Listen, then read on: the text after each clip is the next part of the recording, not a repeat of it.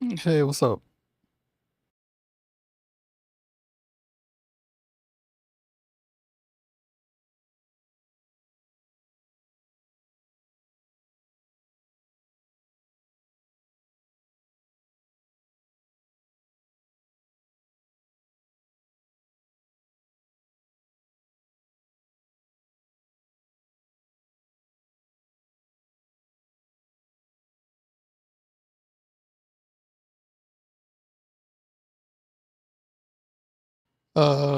Probably after I'm done this game. This game is only like an hour and a half long.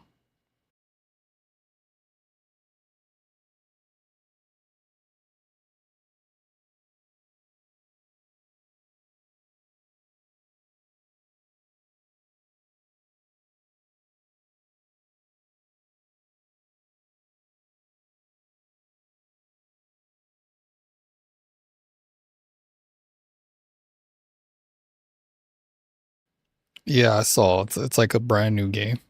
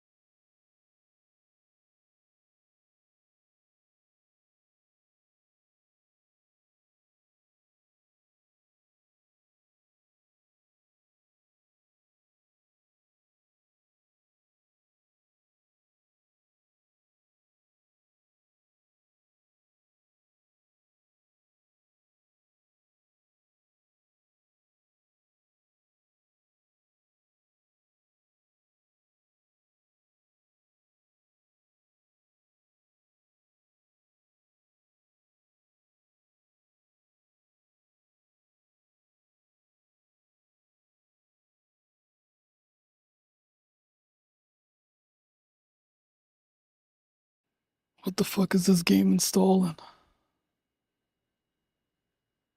What the fuck is this game installing? Oh my God.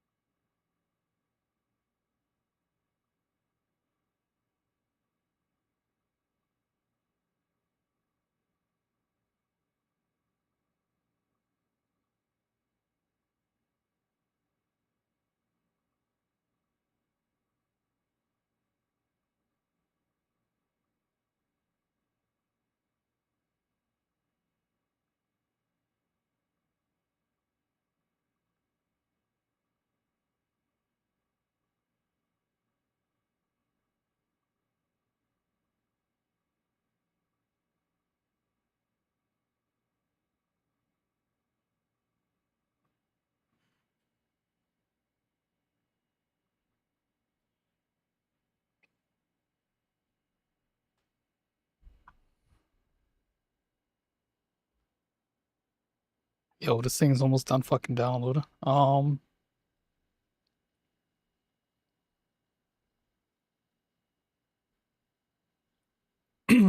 Yeah, I heard that the strategists are kind of fucked this season.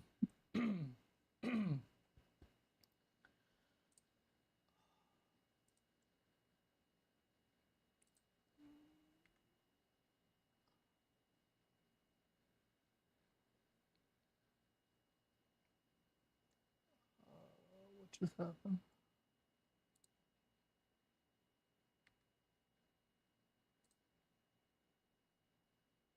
Okay.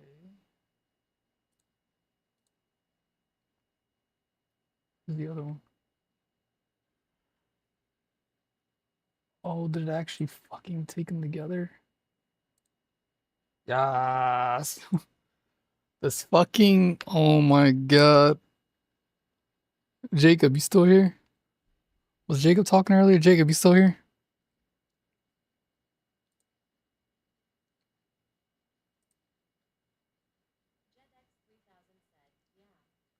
I'm breaking my head on this server thing, man.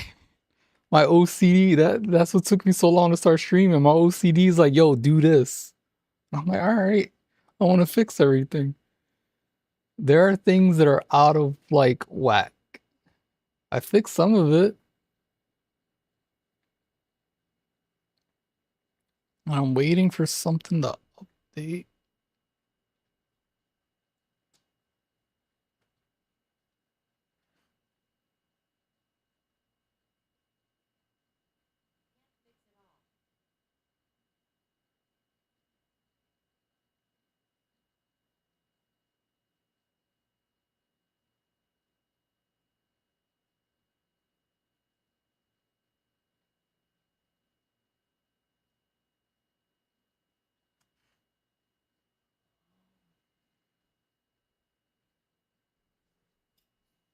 Yes, I can.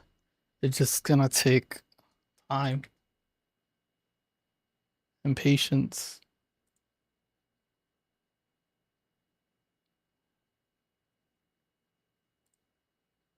And me wondering why the other thing isn't here.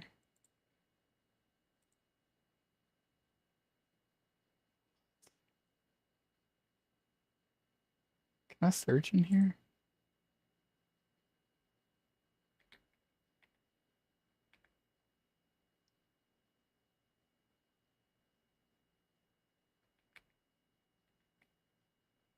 Okay, so it's here,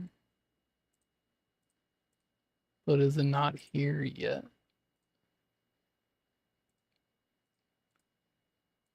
Oh, fuck. Really? Did it fuck it up? What? Oh my God, dude, it's making it even worse. Uh, oh, what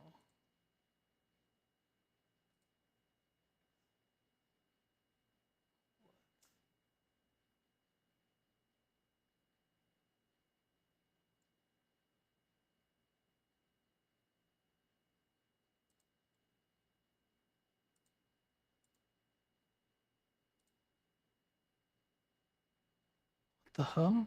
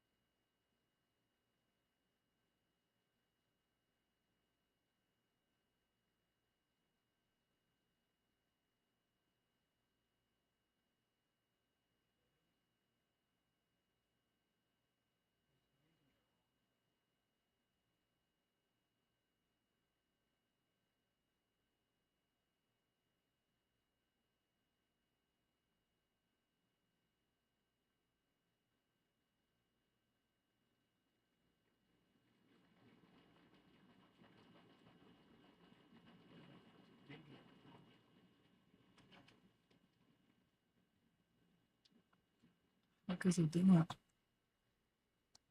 You might need to restart apps. Okay.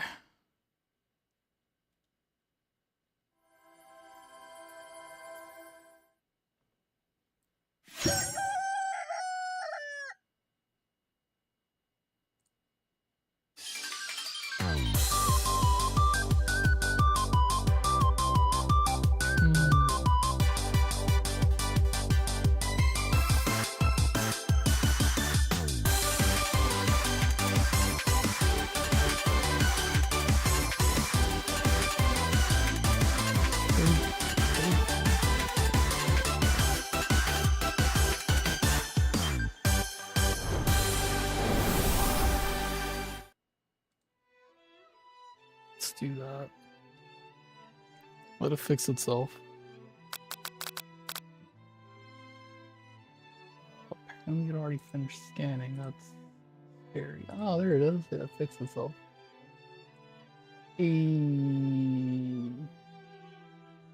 Alright. I understand it now, and it's working. I understand it now. Boop. Okay, I'm gonna fix the rest later, because I know what I'm gonna do now. So this is gonna take me like, oh my god, this is gonna take me like, all night probably. This is gonna take me all fucking night.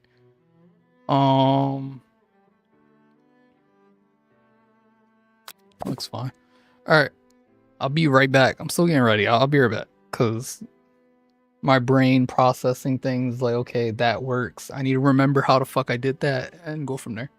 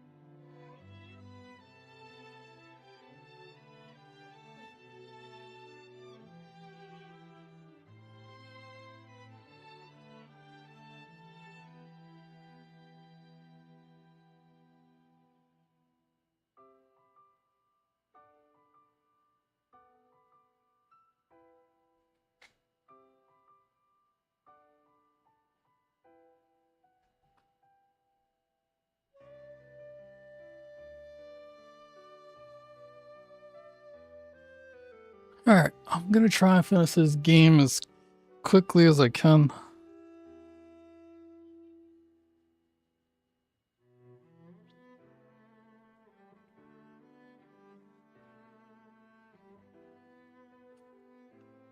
Okay. Alright.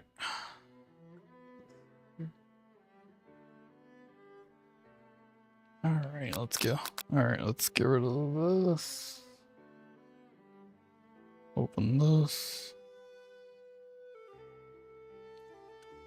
Besides that chat, what the hell have y'all been up to? What the hell have y'all been up to?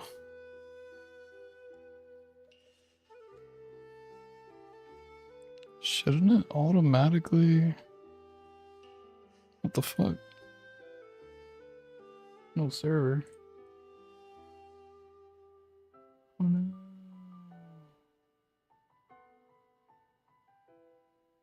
Isn't that a lot of things that wouldn't be working right now? That works.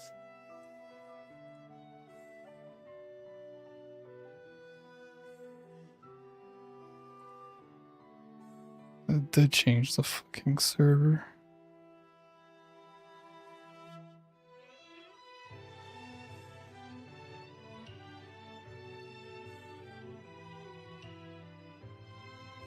I'm glad you don't see the fucking menus I was opening that had a fucking IP address there.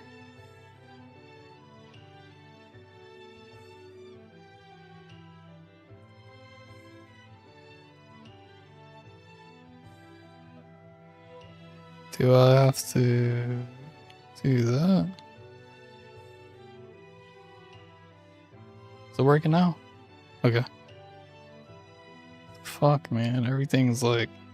I forgot to like reset my internet last night to get the fucking server thing working that I was working on. Alright. New game. Enter my name.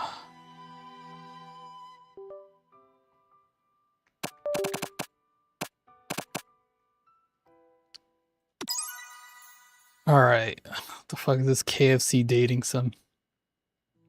I've been asked to play this for so fucking long, man. Am I happy about it? No. Am I gonna enjoy it? Maybe. Let's see. You sleep softly as the morning sun casts a warm glow through the window of your modest student apartment. Dude, I have a chick in there. Hearts. Some jewelry. The world is peaceful and serene. You could stay in the moment forever. Or you could wake up. Now. Your first day of culinary school is no time to sleep in. Smack that clock. Up and at 'em. Throw the clock out the window. Stay in bed forever. You slept through the school year and gave up on the once-in-a-lifetime opportunity to meet Colonial Sanders. Damn. Game over already. You might not be cut out for this. Let's try that again. Easy clap. Done the game. Pack it up, boys.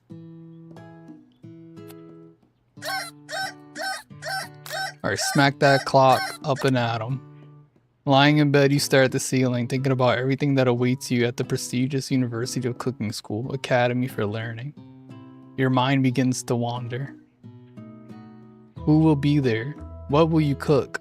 What should you wear? Time begins to fly by and you find your imagination getting away from you.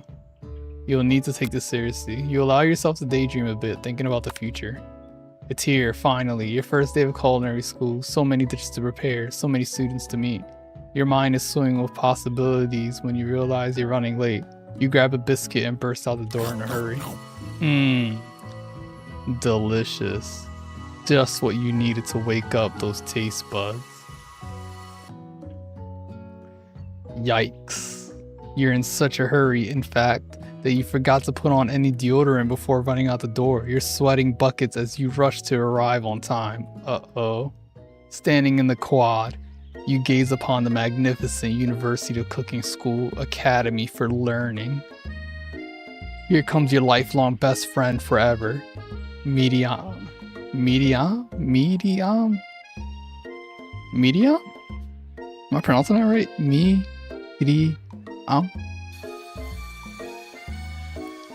She's the most adorably awkward person you've ever met, and you absolutely love her for it. Good morning, Stalsan. Are you excited for the first day of the rest of our lives? Actually, because I sure am excited, a little nervous. Okay, a lot nervous. It's just that this morning I made breakfast for myself, but, well, when I ate it, I couldn't taste any love in the food. What if I'm no good? What if I fail? Classic Miriam. It's like Miriam or something? Yeah, Miriam. Alright, I'm gonna go with Miriam. Raised by Master Chef parents, She's always held herself in a very high standard. Ever since we were little babies playing together and you rescued me from that quicksand box. Why is there a quicksand box? It's been clear to me that you're the most loving, caring person I know. You're going to do great. Well, with the University of Cooking School Academy for Learning's famous 3-day only semesters, I'm afraid of being left behind and never catching up. A sweet girl, Miriam has always had a flair for the dramatic. This summer, she got so nervous about her first kiss that she chipped a tooth practicing on a mannequin. Should you pep talk her or change the subject to give her some relief? Pep talk your best friend. Remember last month when we saw that fortune teller and had our tarot cards read? The lady with the mask who gave me nightmares? I've been trying to forget. I know she looked spooky, but she was so sweet and she told you that you were destined for great things. Remember that card with the fancy looking tower and that other card featuring the handsome fellow in the red suit? I've been waiting for so long to meet the handsome fellow I could call my own. And I'm sure you will. I'm sure you will soon. In no time we'll be graduating and you'll be delighting the world with your heartfelt cooking in no time at all.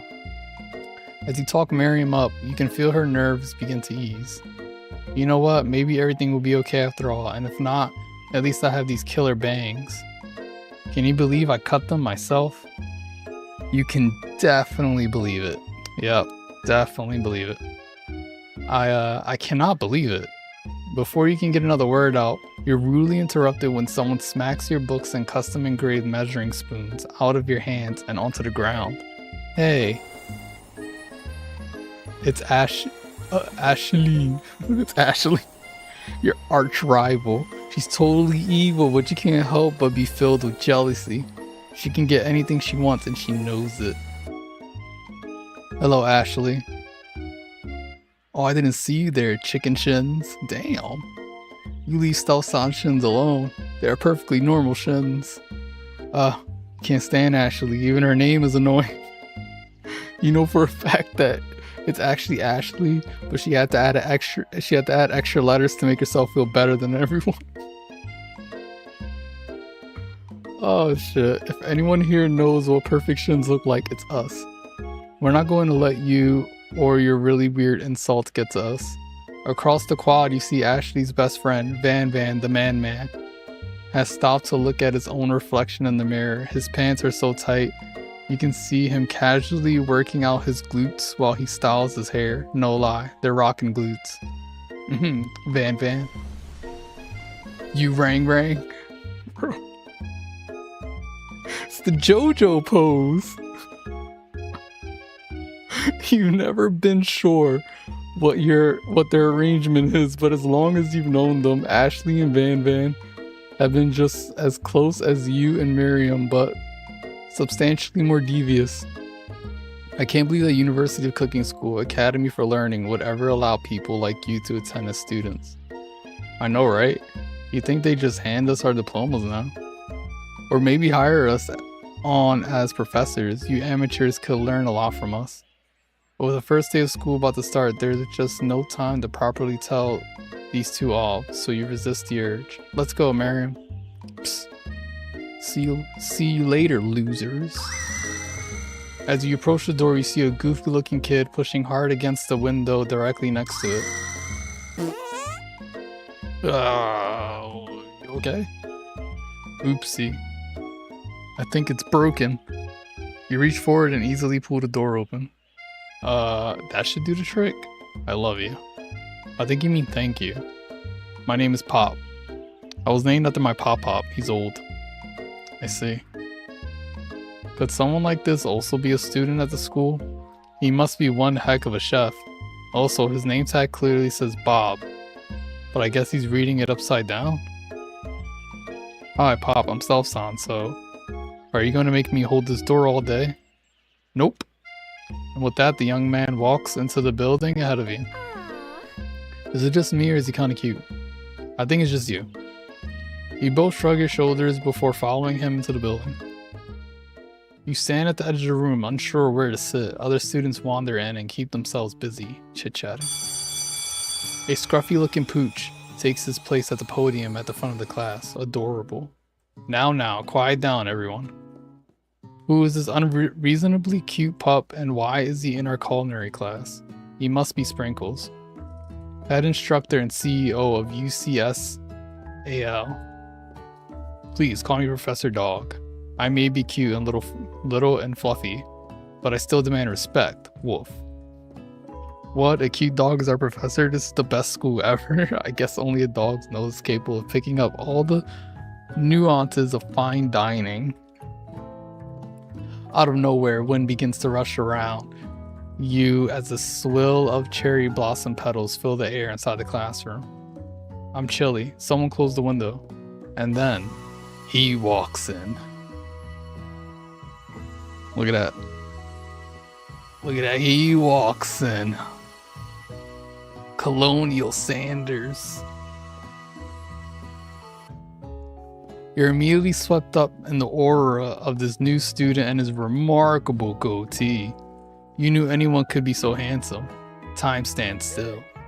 It's him. If it isn't my favorite student, Harlan. Colonial Sanders interrupts Sprinkles. Sorry, Professor Dog, before he can finish his sentence.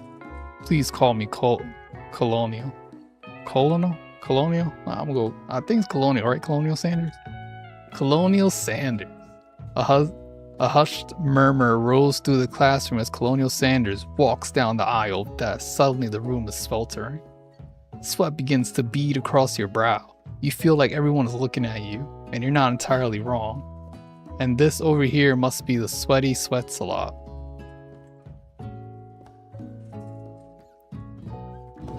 I'm playing the KFC Dating Sim that Eclipse's been asking me to play for like probably months. Oh, cheese. I got something I want to send you.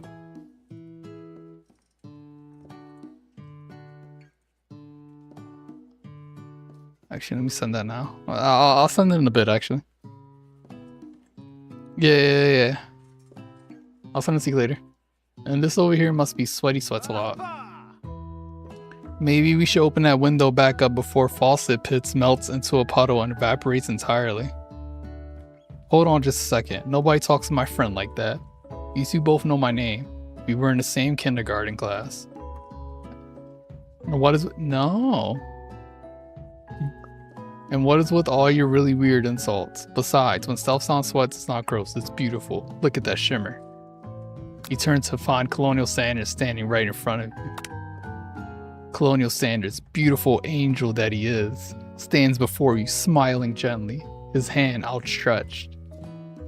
Boy howdy, this classroom gets hotter than a Kentucky fryer. Oh my god, it's Colonial Sanders.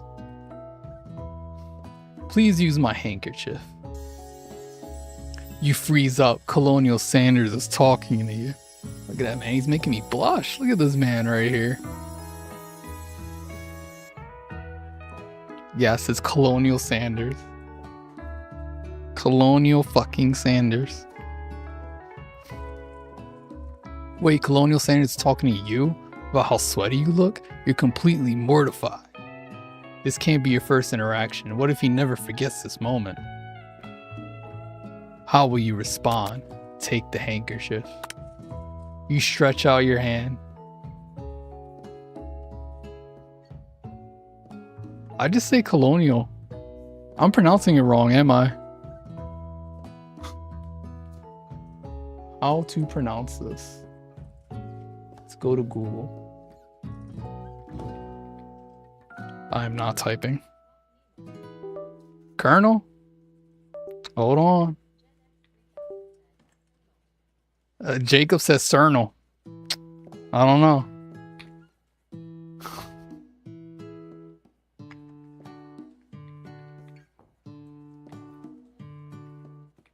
I don't know, Jacob. You said Cernal.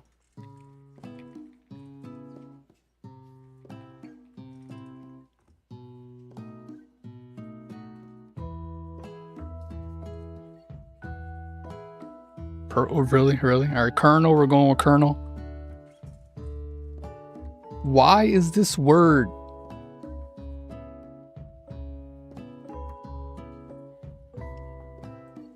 Yo, the English language sucks. Why does this mean colonel? Why? Why is this pronounced colonel?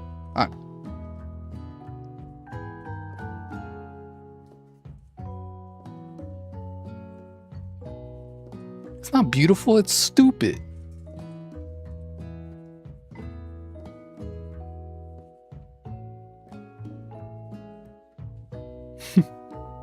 Yo, look at this word. All right, bet. Colonel.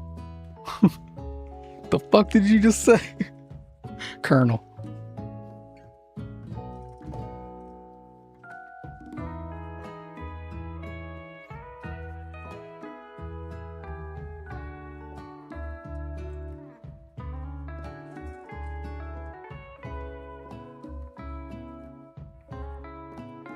All right. I guess it's Colonel. Colonel Sanders. The Colonel.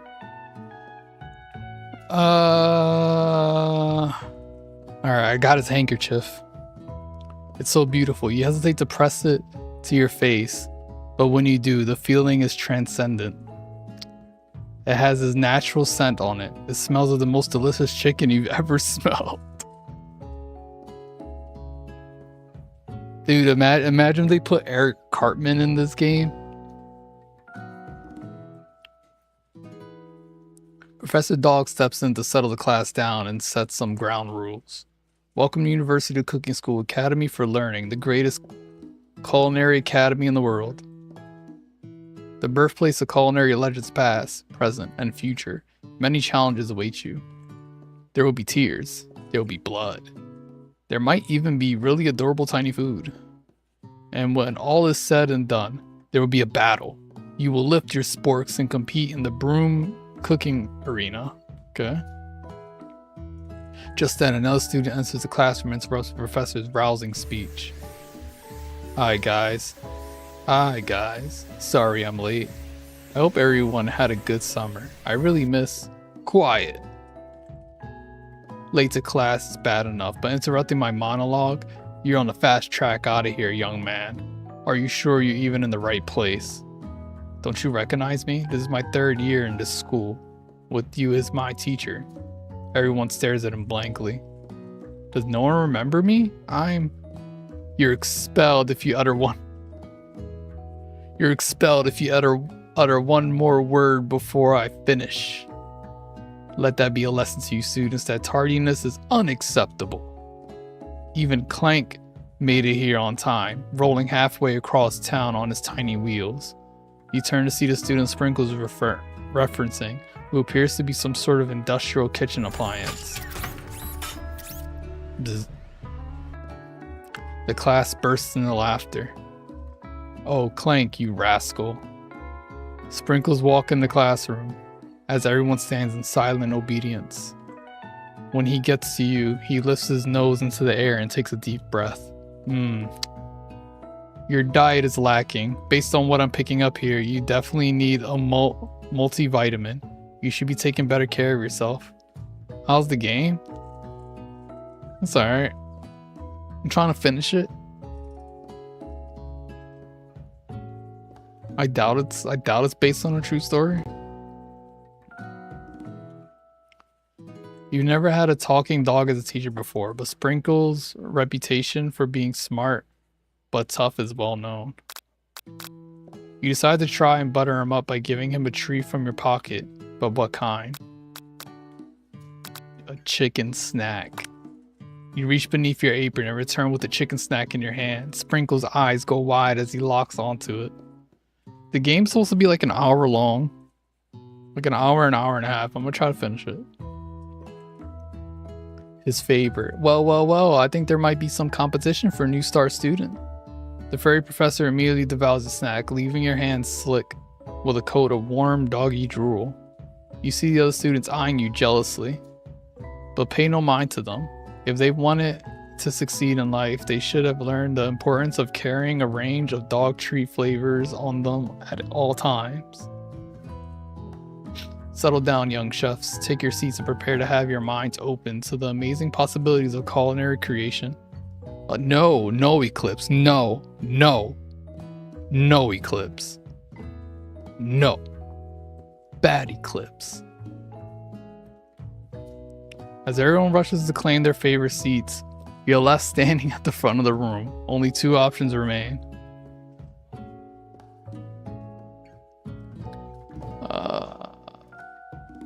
Hey, Self Sound, there's still a seat here. It seems that no one has claimed the seat next to me if you're interested. Do I sit next to my best friend that I've known since kindergarten? Or do I sit next to my main man, Colonel Sanders?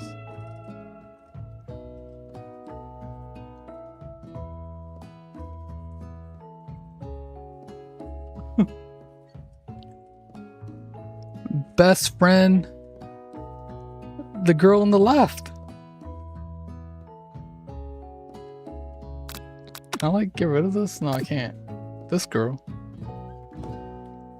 I don't know. I don't know what I am. I don't know if I'm a guy or a girl. They didn't specify in the game. No, I can't sit next to the professor. Alright, do I sit next to my best friend or Colonel fucking Sanders? I'm a chicken.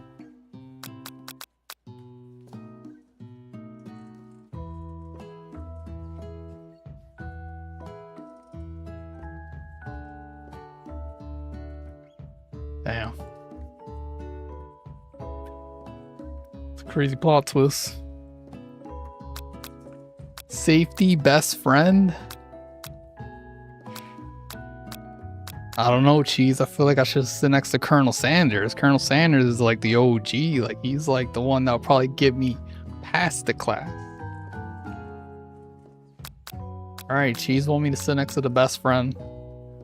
Suck up. I'll sit next to the best friend. Been friends since kindergarten. Can't leave my friend behind. You move to take your seat by Miriam. I'm so glad to have you near me to support me through this class. Of course, you're my best friend. Who else would I sit by? Eclipse. No. Fuck.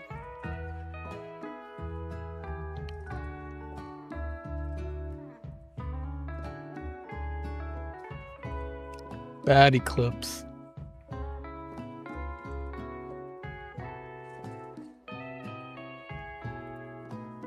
Stop it.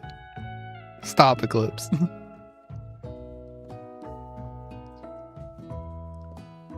Colonel Sanders, he has such a magnificent personality, and there's a seat open right next to him. If you had sat there, you might have gotten to know him a little better. I'd never sacrifice our friendship. Besides, I'm sure I'll get a chance to talk to him later in the semester. I've got 3 whole days. That's like a lifetime. Wait. The school's whole semester is 3 whole days? So you say, but now that Miriam mentions it, that Colonel Sanders is just so darn dreamy. As soon as you settle into your seat, the professor makes an announcement. Think fast, it's time for a pop quiz. Yay. A quiz about me. This incredibly important and surprisingly short quiz will tell me if you are ready for a life at culinary school. Keep your knife sharp and your focus sharper. Here comes question 1. If train A is traveling to point B and point B is traveling to point A, how important is it to wash your hands before cooking?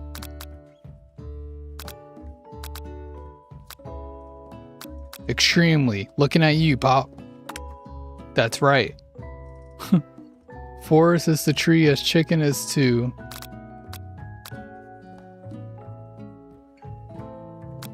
Feather?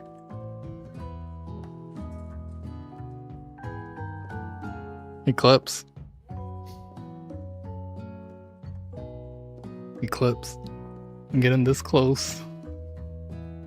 I'm gonna remove that one message. I don't think it does anything. To the crap that's on. Wait, can I just delete it here? I can't tell.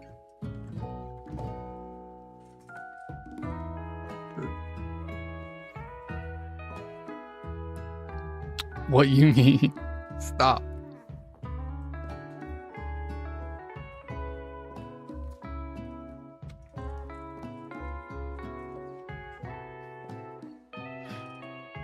Okay.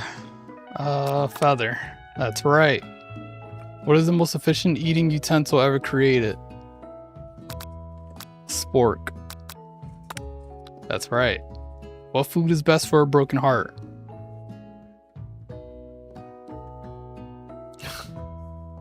We concurs. Anything as long as prepared with love and not too much salt. That's right. Is Sprinkles a good boy? He's a talking dog that teaches at culinary school. He is the best boy. That's right. Your total score is perfect score, 5 out of 5. I just passed the whole course. Wow, be honest, did you cheat? You look up to see that Colonel Sanders has been watching you tally your score. He's impressed. No! Eclipse. Ooh, this close.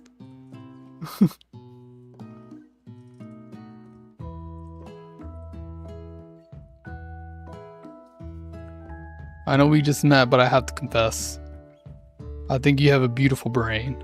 Dude, Colonel Sanders loves my brain, bro. He loves the brain. Timing you out. He likes my answers. Hot diggity, Stealth Son, you just scored some major Colonel Sanders points with that performance. May I have your attention, students? I have an important announcement to make. Did I pass? Time for lunch. While the cafeteria is as nice as any restaurant you've ever eaten at, it makes sense that a school dedicated to cooking would also be serious about eating.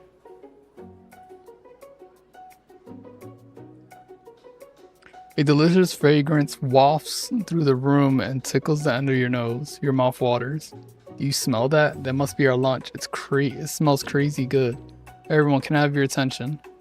Is it about lunch? No, I just wanted to apologize for my tardiness. You see, Howdy, folks. I'd like to make an announcement.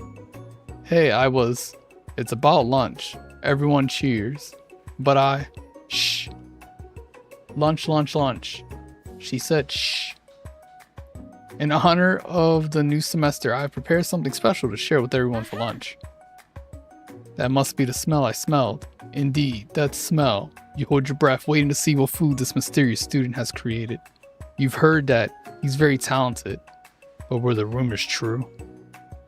Is this? Colonel Sanders lifts a large bucket above his head. Its contents glimmer in the light.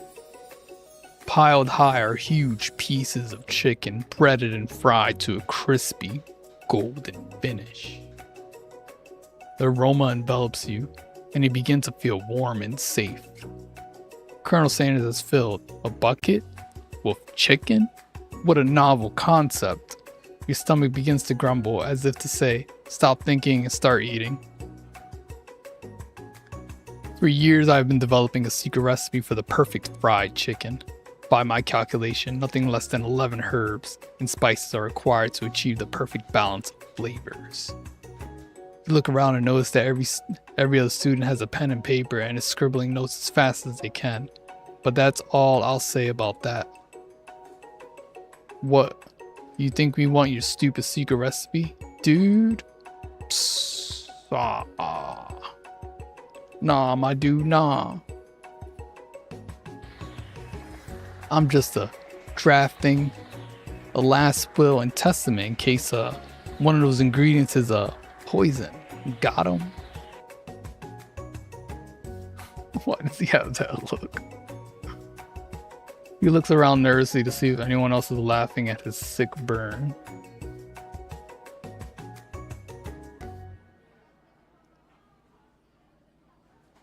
You wait to see what zinger Ashley has prepared to follow up, but she suddenly takes a different approach.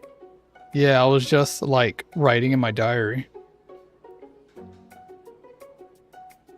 Eclipse, you need to see help.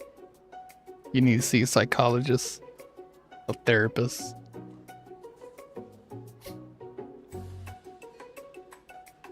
Dear diary, today I smelled something beautiful. I knew at that moment that only the hands of a true gentleman could fry chicken so tender. You see her body language change from bitter and evil to sweet and innocent as she slides closer to Colonel Sanders. She realized that he is destined for greatness and fame with cooking skills like this. She wants them all to herself. Oh, please. Well, Van, the man. If you don't want any, I'll take this. Whoa, hold on. I mean, I guess I'll try it. He takes one bite and his eyes grow wide. He starts... Yeah, it's a JoJo character. He takes one bite and his eyes grow wide. He starts contorting his face as he tries to hold in his pure exhilaration and act unimpressed. Easy now, there's enough for everyone. Please, my fellow classmates, dig in. You take one of the pieces of fried chicken out of this bucket and sink your teeth into it. It's amazing. Tasting Colonel Sanders' food transports you to another dimension. Alone with your taste buds, gripping a drumstick in your hand, you float weightlessly. Focus your mind and meditate on this moment. Try to identify every flavor, savor the moment, everything that it tells you about Colonel Sanders' culinary heart. Swim towards the light. Swim towards the light. Somewhere up ahead, a bright light beckons you. The flavors are so intense, you become warped up in them. Unable to resist, you reach towards the light. It grabs your hand and pulls you closer, until your fingertips connect with the end of everything.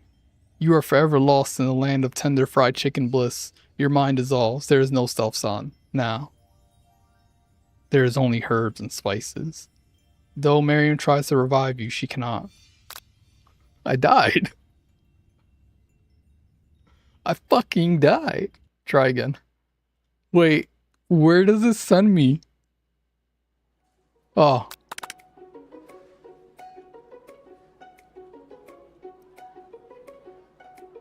Dude, I thought it like sent me to the fucking beginning. I went to the light.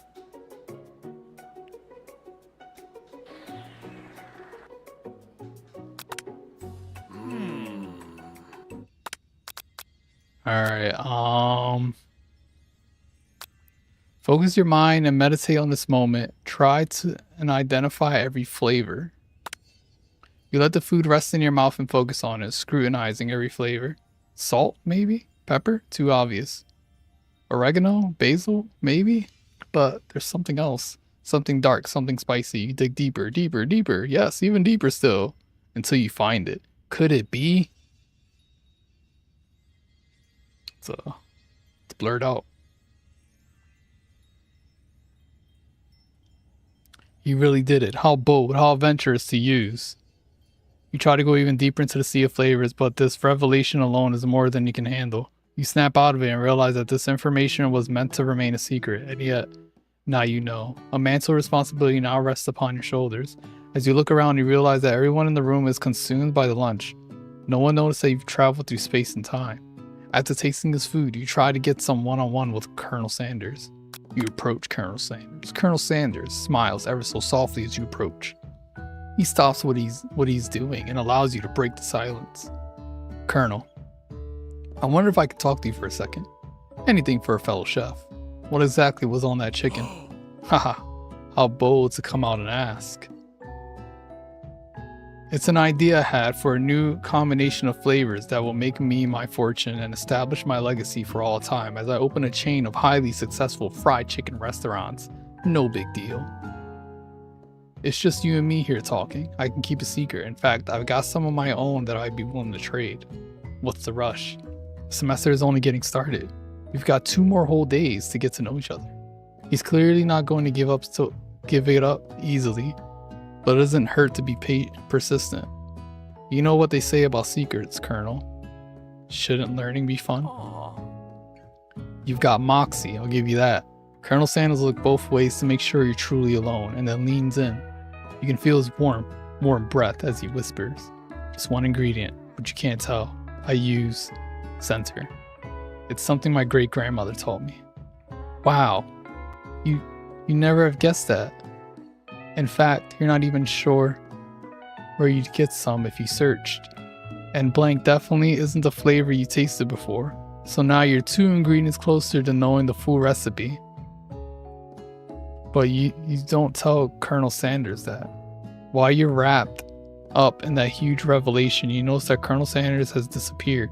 While everyone else is still in the cafeteria, you decide to look for him. You find Colonel Sanders outside, standing in the quad. Oh, it's you again. Howdy.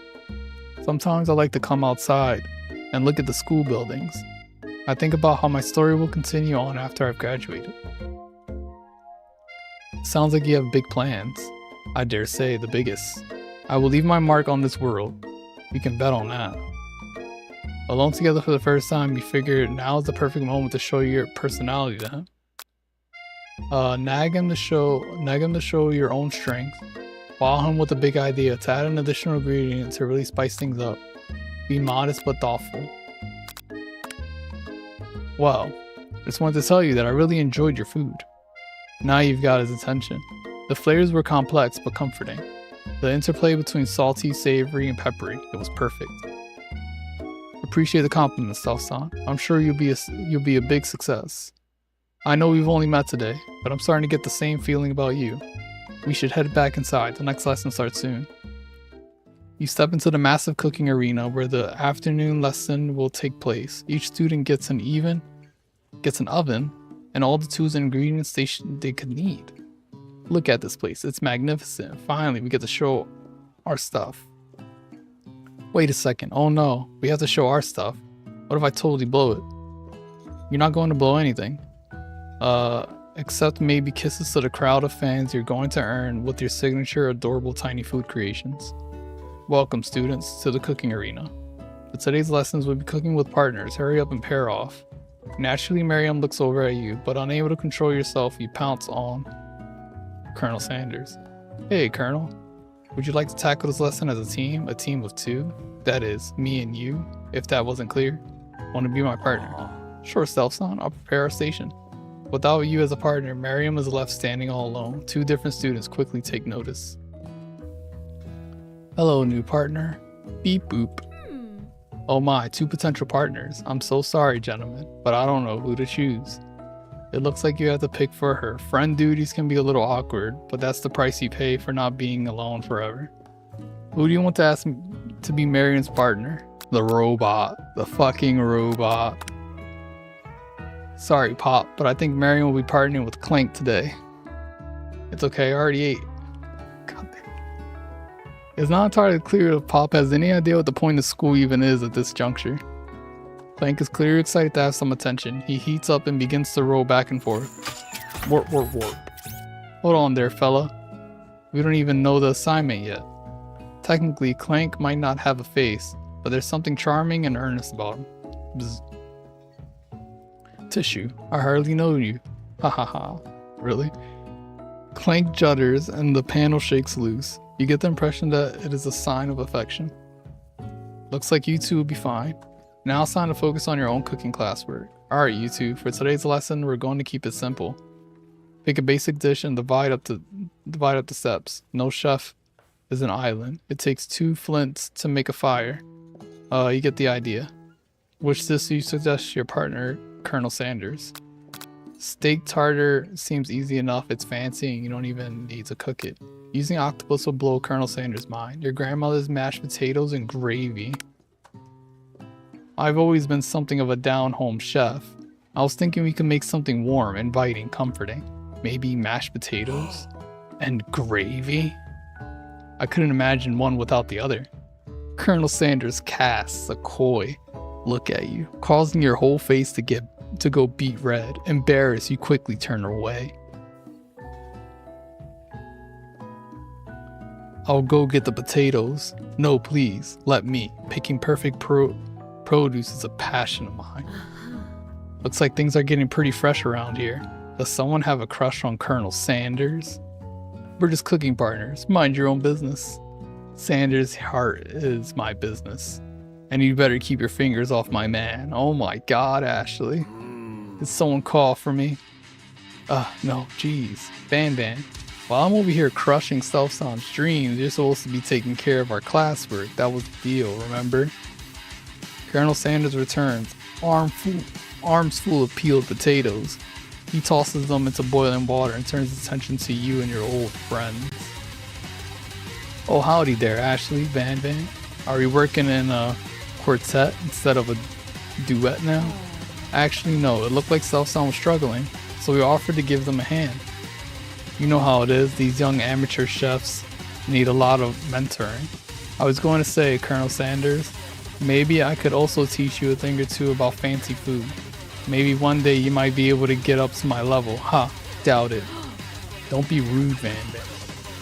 Personally, I have no doubts whatsoever about Colonel Sanders' ability to concoct creations worthy of admiration. After all, your fried chicken was quite spectacular.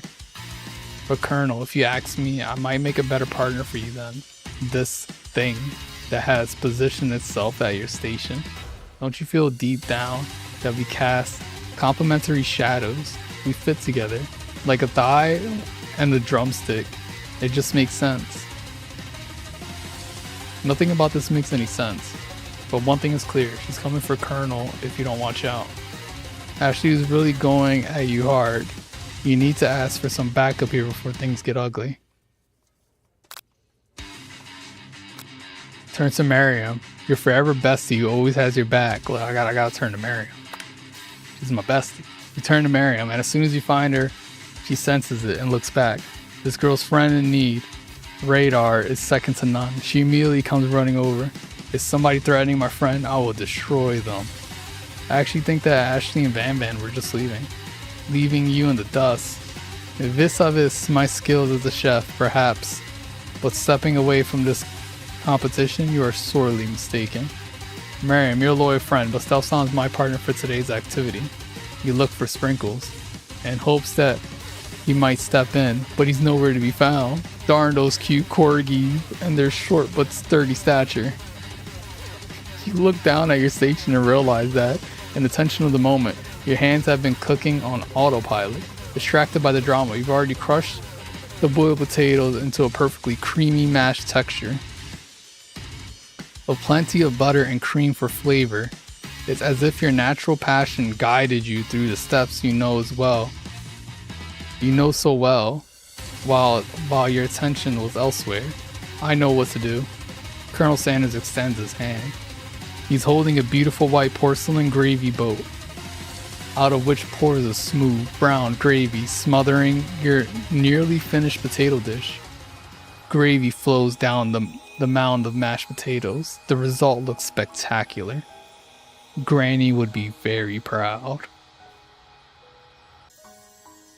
Chef's kiss. Colonel Sanders holds a spork out to you.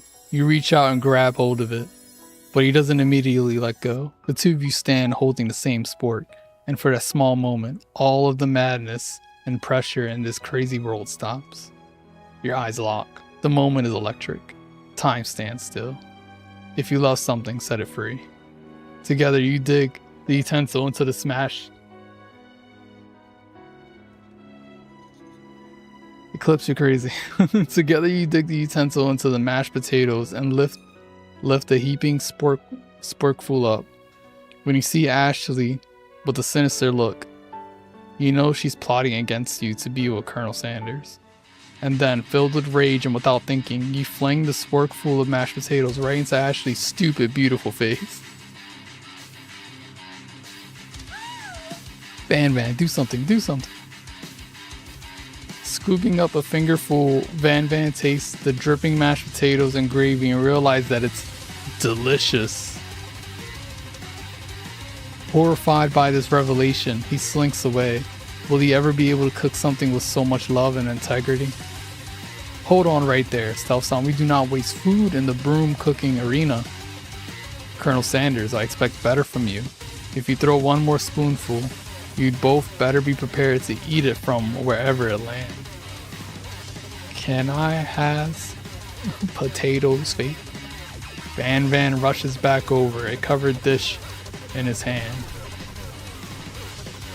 Mashed potatoes with gravy, pathetic. In just a few minutes, I prepared a full meal. Gaze upon my specialty, braised tentacle of octopus and my silky saltwater sauce. Plated on a battle axe. Blade forged by my supreme chef ancestors. What the fuck? There's a star on it. You've ignored me for too long. That ends now. It is I who will have first bite, and you will all look on with envy. The interrupting student rushes at Van Van and swipes a bite of his signature dish right off the plate. No, don't. Something about this dish doesn't strike my nose quite right. I think the octopus was rushed and may have turned in the process. The results could be toxic. Too late, it has been eaten. I think I left something in the oven. I don't feel so good. He died. It killed him. It fucking killed him. Oh shit. Everyone step back. Don't take another bite. When you look back at the plate, the rest of it is gone. You notice the tip of the tentacle being slurped up in Pop's mouth.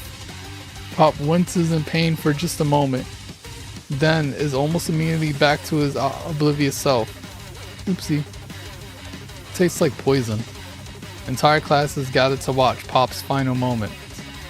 Shock has frozen the whole crowd. They are as motionless as statues. The class bell rings, disrupting the moment and snapping everyone back to reality. It would appear that Pop's enthusiasm for trying new things, despite obvious danger, has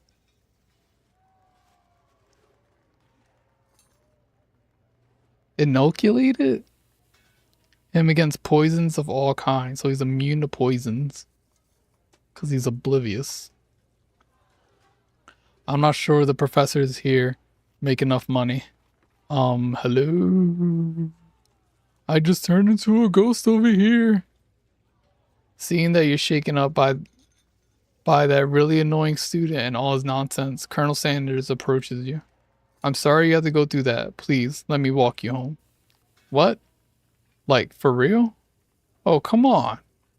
You follow Colonel Sanders out of the room. At night, the school building has taken on another vibe entirely. It's dark and more than a little spooky.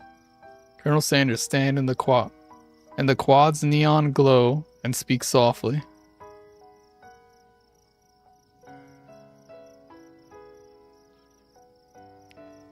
Those mashed potatoes you made in class today. Before you go on, I want you to know.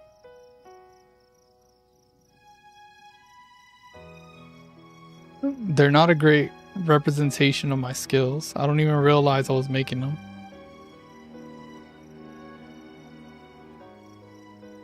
They were amazing. Tasting them, it reminded me why I became so passionate about food to begin with. Colonel Sanders is getting choked up. Cooking is obviously important to him, in a way that you find inspiring. Now might be the perfect time to tell him you're developing feelings for him. I'm not. Colonel Sanders. Yes, Stealth-san. There's something I need to tell you. Hold it right there, Van Van. There's something I need to tell you first. Oh geez. You see, when I was just a boy, I had a dream that one day I would be the greatest chef the world has ever seen. And every day since, I have been working towards that dream, day and night, never stopping, never resting, also lifting a lot of weights. Like so many weights. We should follow our dreams with all of our hearts, that our souls may grant them, like wishes floating on a shooting star. Hey, no, you. Shut up. I'm the one here to say inspirational stuff and be the star of the story. Are you forgetting that your cooking literally killed the guy?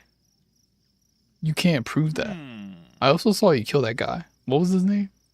Somewhere in the distance you hear a long, sad sigh. Forget him. We're talking about me. Me. I'm the hero. The spork monster is here to fight a hero. I'm not ignoring you. Playing the game. Oh fuck. I think I left the fridge door open. Later, nerds. How dare you threaten me just as I was letting down my guard and connecting with another chef on an emotional level. Be afraid, be very afraid of me because I'm a monster. See? Is he rhyming on purpose or is that just a coincidence? Before you can discuss syntax any further, is a turn-based fight sequence. What will you do? Attack. You decide to go on the attack. Which attack will you use? Cook with Love. Cook with Love does 1 damage. It just got real. That attack really upset Spork Monster. Spork Monster goes on the attack. They spit hot gravy on you. You took 1 damage. Defend. You decide to defend. Which defense would you use? Trepidation? You continue to stay back in the door whatever comes your way. It seems like a pretty weird strategy, but okay, sure, you do you. Spork Monster focuses their mashed mind and draws in energy from Mother Earth itself. They grow larger and more intimidating. How will you respond? Attack. You decide to go on the attack. What attack will you use? Cook with Love. Cook with Love does 1 damage. Spork Monster is no quieter, buffed up and ready to rumble. They go on the attack once again. Spork Monster uses Utility Tensile. You took 2 damage from the attack. You take much more damage and you're not going to survive the battle. Attack. You decide to go on the attack. Cook with Love. Cook with Love does 1 damage. Spork Monster is oozing cheese sauce onto the lawn of the quad. I wonder who's going to have to clean that up. Feeling vulnerable, Spork Monster prepares for the ultimate attack. Rounded Edge. Vile villain. Your reign of terror stops here. Colonel Sanders summons the energy of 1,000 chickens. Popeye Power Pinch. Popeye Power Pinch does 10 damage. Spork Monster is defeated. You saved me. An injured Spork Monster spews steam into the night. Spare this wretched beast. You manage to tamp down your disgust at the sight of this gnarly beast long enough to realize that he is still a living creature with a pure soul who deserves your pity, not your wrath. Be gone, beast, and don't you dare come back for a follow-up encounter tomorrow. I won't forget this, and I certainly won't be back, like you said. The Spork Monster scuttles off into the night. The defeated monster left behind a special item. It appears at first to be a cookbook, but upon close inspection it's much more. It's a book of magic spells with a golden chicken on the cover. You open the cover and find a library card tucked inside. The last name to have signed it out is Borko? Borko. That name sounds strangely familiar. Your blood is pumping as you stand in the quiet of the night, holding the mysterious book in your hands. As you come down from your battle buzz, you realize that your final attack has left you completely depleted. The world around you begins to fade away. Without any energy to keep your eyes open, darkness overtakes you. The image of Colonel Sanders flashes before your eyes as you fall asleep. He must have helped you get home. In your tired state, you don't know if you could have made it without him. What a guy. You want to thank him, but you don't have the strength to utter a single word. You feel your covers being pulled over you as you are tucked in tightly. Good night, my Colonel. In your dream, you're together with Colonel Sanders. For some reason, Sprinkles is also there. Instructing your love. Dreams are weird. What the fuck? The ghost! You wake on day 2 and attempt to process the wild visions you had. Were they memories or premonitions? You lie in bed and stare at the ceiling, thinking about the secret you discovered while tasting Colonel Sanders' cooking yesterday. You can't believe you really used censored. And then there was that secret ingredient that Colonel Sanders went ahead and told you outright. Not much of a secret, huh? It's probably just because he already trusts you so much. Sure, that makes sense. We'll go with that. You meet up with your bestie in front of the school. Before you can tell her about the encounter with the Spork Monster, she launches into a story of her own. Okay, I know this might sound a little strange, but I think I might be, like Clank. She likes the robot. Like him? Like? I know, it sounds like it's moving too fast, but there's something about him. I like him. Like him. We got it talking after class, and he's actually a totally sweet guy. Not only that, but he's really smart. He told me all kinds of stories about Colonel Sanders. Did you know that Colonel Sanders was the most popular kid in his high school? No, but that does make complete sense. Yeah, but he was so popular that he was voted prom king at the school he didn't even go to. And was also the convertible that he himself rode in the front of the homecoming parade. I'm thinking maybe something got lost in the pressure cooker language translation there. Either way, Maybe it'd be best if you took it slow with this new boy like I am with Colonel Sanders.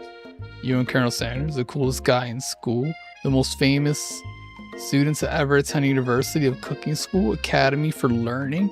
You're a thing now. We definitely connected yesterday. Ha ha ha ha ha. Sure you did. You're great. Why wouldn't he be into you, I guess? Laughing at the implication that you and Colonel Sanders might be a thing is definitely not cool. You are great. You have an idea about how to prove that your love is real. Well, if he's not into me, why did he tell me one of his secret ingredients? However, you don't tell her that you know a second ingredient too, which you discovered on your own. Your bestie's eyes light up. A secret ingredient? Yeah, I just said that. A secret ingredient. Is there a dramatic echo in here? Marion checks to make sure you're alone before continuing. So this summer, while I was on vacation with my family, a lovely man approached me in the botanical garden where I was wandering. This can't be good. He told me all about his passion for spices, secret spices. The man even gave me some to show me what he meant. He said it was a powder created from super duper rare dried flower petals, and that if I did him a big favor, I could have some of my own. Please, Miriam, don't tell me. So I filled my suitcase with them and brought them here. He was so nice, he even met me at the gate when I arrived. Later, when I cooked with them, a very strange feeling came over me, and the flavor was unlike anything I'd ever tasted. I think you're being very liberal with the meaning of spices here. Whatever. Anyhow, we both share an interest in cooking, so we've stayed in touch, you know? Like pen pals. I bet he would love to know more about new spices. Well, I'm definitely not supposed to share Colonel Sanders' secret recipe, and besides, I only know the one ingredient, so I doubt it'd be much use to anyone. Please, please, please, it would mean the world to me. No one has to know it came from you or from Colonel Sanders. What do you think? Should you protect Colonel Sanders' secret or share it with your bestie? I gotta protect the secret. Make up a fake ingredient. You quickly think of a fake ingredient. I don't know, how about it was the Eye of Newt? I know, sounds like some kind of witch's potion. But what can you do? Eye of Newt? Wow. Her eyes light up imagining such a thing. You figure that you satisfied her curiosity and she'll move on. However, she immediately turns around and does some thumb typing on her phone that you can't quite see. That's probably not good. Before you can ask her to confirm that she was definitely not texting secrets to other people, you're interrupted. A wind rushes in, cherry blossom petals fill the air. Why is he on a fucking horse? It's Colonel Sanders. He's arriving at school. Stand back and admire his majestic glory. Colonel Sanders' horse is truly a thing of beauty. Without ever acknowledging that he's being watched, he does a short horse dance before dismounting with a flourish. He then slaps the beautiful creature gently on its rear, sending it running free into the countryside. You're free! You're so struck by the sight of him that you lose the ability to speak coherently. I didn't realize anyone was watching. Don't worry, he knows his way home. You attempt to compliment Colonel Sanders, but the words don't come out exactly right. What a horseful beaut you have. I mean, what a horseful beaut you... dang it, that's what I just said. Being a good friend, Miriam tends to cover for you. San just gets really nervous around people they like. What? This is not helping. I mean, they got food poisoning and were up all night. It was gruesome. You should have seen it. She gives you a wink and a smile, as if to say, situation handled, can't blame a girl for trying. And with the Colonel Sanders disappears into the school, leaving you and Miriam to follow. When you enter the classroom, you can see your two rivals, Ashley and Van Van, are doing something bad. By the way they're hiding, you know it must be really bad. Like counterfeiting recipes bad, experimenting with restricted ingredients bad, summoning a demon bad. You try and get a peek over Van Van's hulking shoulders. But he sees you coming. Whoa there, little one. I'm not sure you're ready to handle this. Tell him to stop acting immature, act like you're not interested in them, but really try to get closer look. You sit near the rivals but leave your back turned to them. You even hear Van Van mutter something that sounds a bit like a magic spell. However, he notices you eavesdropping. You try and cover your tracks and improvise an excuse. It's time for class, and you're distracting the rest of us who want to learn. Now you've upset them. Oh, and you're the emperor of cooking, are you? You make the rules? I'm not sure you know a good meal if it ate you. Being the best chef in the world takes more than just culinary skills. It takes creativity. It takes panache. And it doesn't hurt to use a little evil. You finally get a look at what it was they were hiding, and you instantly recognize it. It's a book, just like the one you found after your encounter with the spork monster. That's the same book that I found last night in the quad. Ashley immediately elbows Van, who hides the book behind his back. I don't know what you're talking about. That book is a family heirloom, and its contents are secret. You notice that they haven't just been studying the book. They've got Pop pinned to the wall, and they're tossing potato skins at him as he tries to catch them in his mouth. We're playing, hee. Before you can dig in any further, you're interrupted by the arrival of more students. It's almost time for class. Beep beep. Clank must be running late. He's in such a hurry that he rolls right over Van's meaty foot. Hey, watch it, you bucket of bolts. You watch how to talk to him. He didn't do anything. Bzz, omp. Who do you think you're talking to? I've never heard such language. Not even from a stand mixer. Womp womp. No, your mother was a stand mixer. Van jumps to attack Clank, but Clank shocks Van, sending him flying across the room. Protect me, Colonel Sanders. These crazed men are about to come to blows. I think it must be over me, but I'm not interested in either of them. Ashley's tone has completely changed in an instant. She bats her eyelashes at Colonel Sanders. Surely he must know that this is a ruse, right? Gentlemen, get a hold of yourselves. Save it for the arena, at least, or don't. Honestly, what do I care? I've got lofty career aspirations to focus on. Maybe I can help you with your business plan. Just then, Sprinkles arrives to signal the true start of the class day. He's panting, which doesn't seem that abnormal. He's a professor, but he's also a dog. Students, please take your seats. I apologize for my late arrival. I spent the morning chasing a car all around town, and my tiny legs are very, very tired. But I'm here now, and I hope you're ready to learn. Rub his furry dog belly. He loves it. After he catches his breath, Sprinkles regains control of the classroom. Without further ado, we'll review the global history of my favorite fowl, the chicken. You want to pay attention to the lesson, truly you do, which is why in 1776,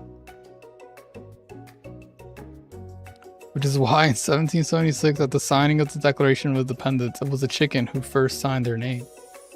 But you can't help but daydream about Colonel Sanders, and you miss most of the important parts. When you come to, Sprinkles is holding a tray of food in front of you. Well, Self-Son, naturally this appears to be a simple platter. Which item do you want to sample?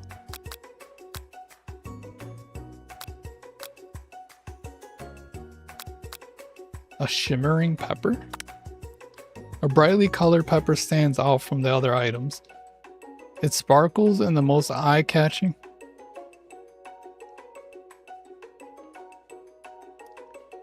A brightly colored pepper stands out from the other items.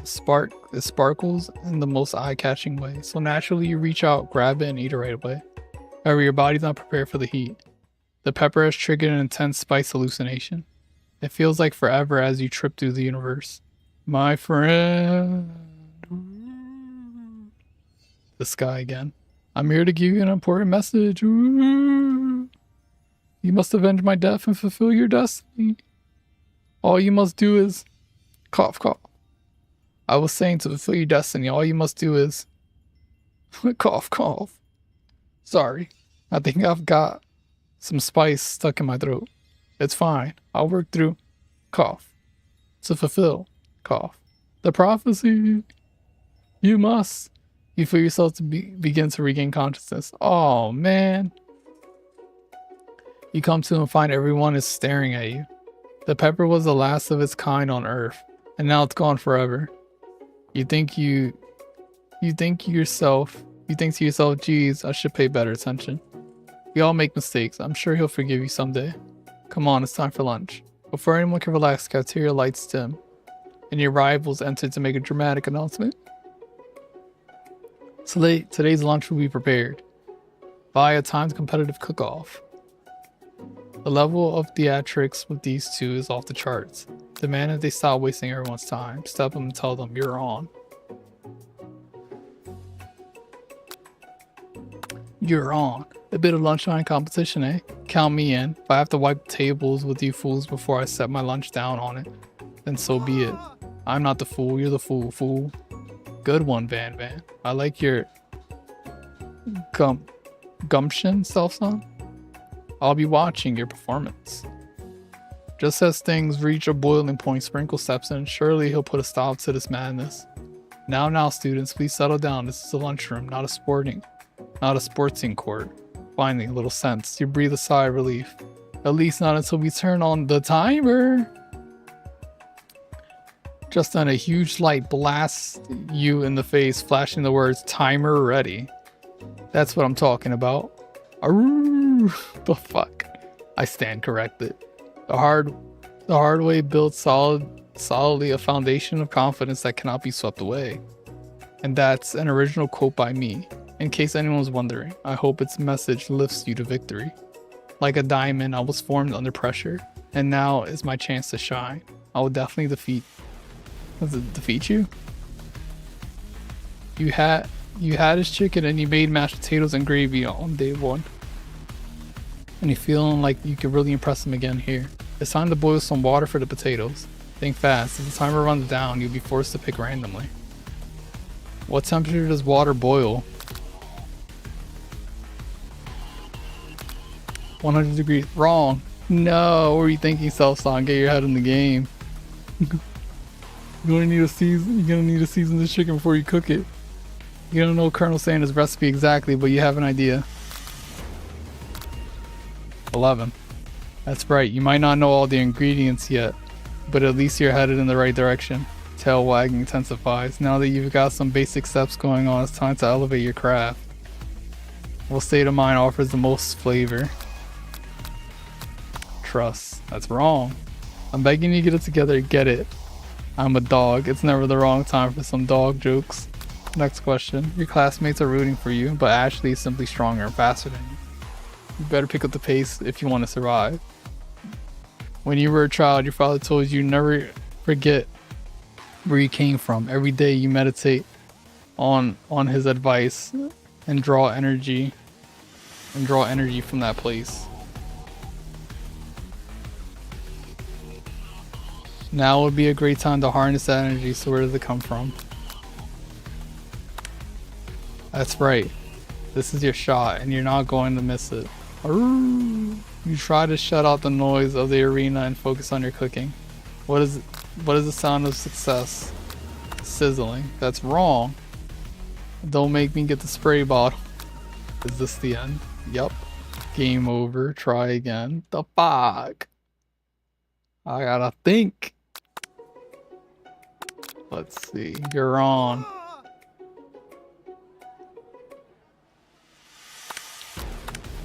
No. 11.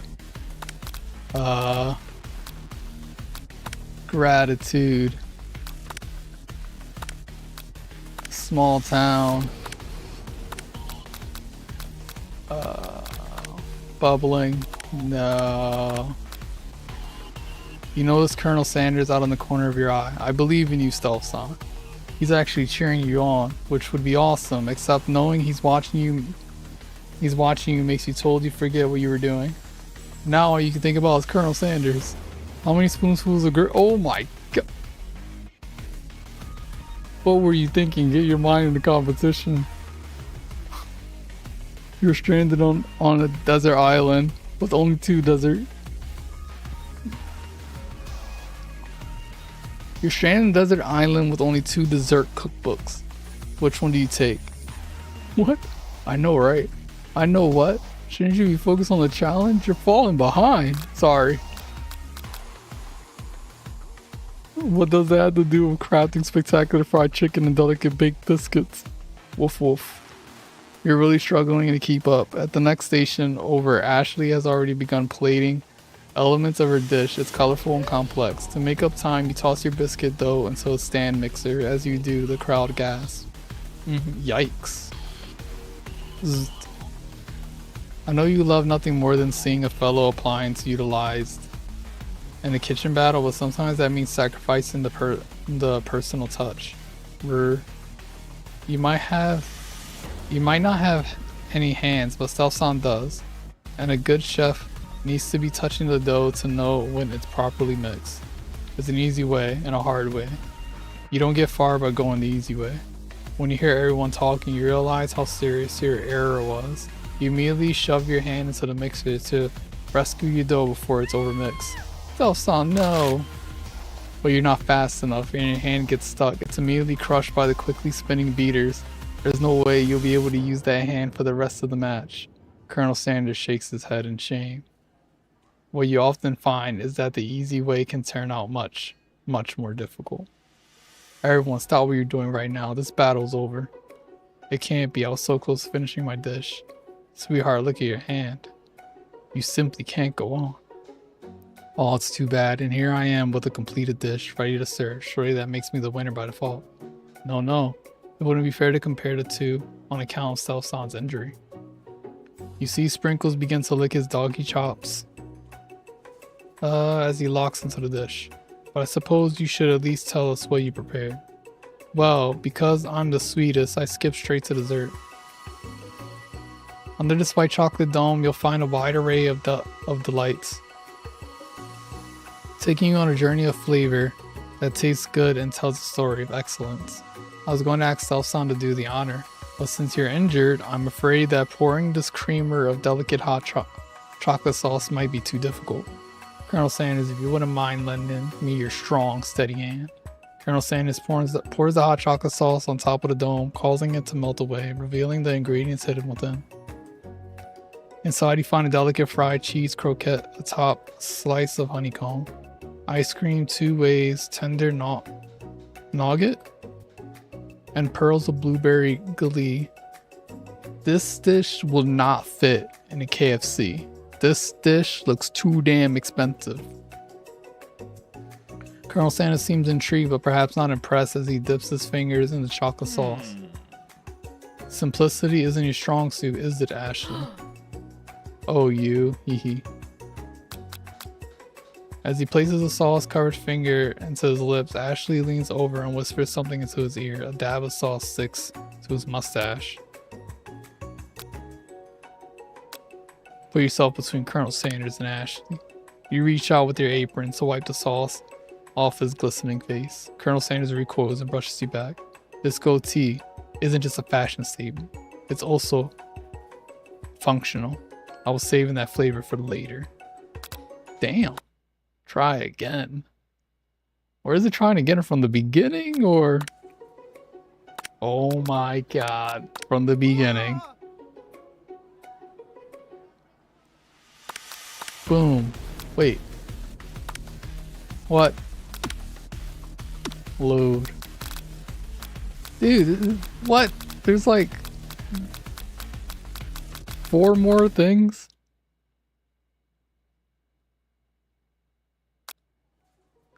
Hold up.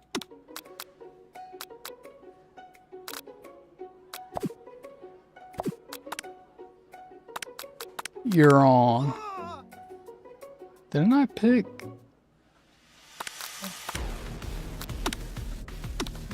What? Am I always gonna get that one wrong, regardless? Let's see.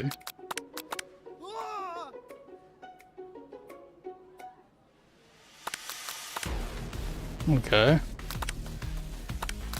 11. Gratitude.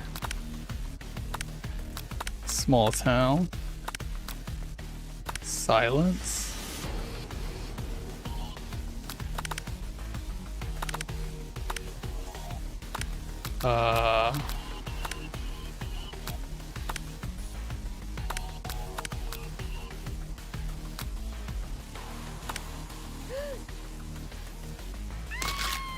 Alright, hand brakes.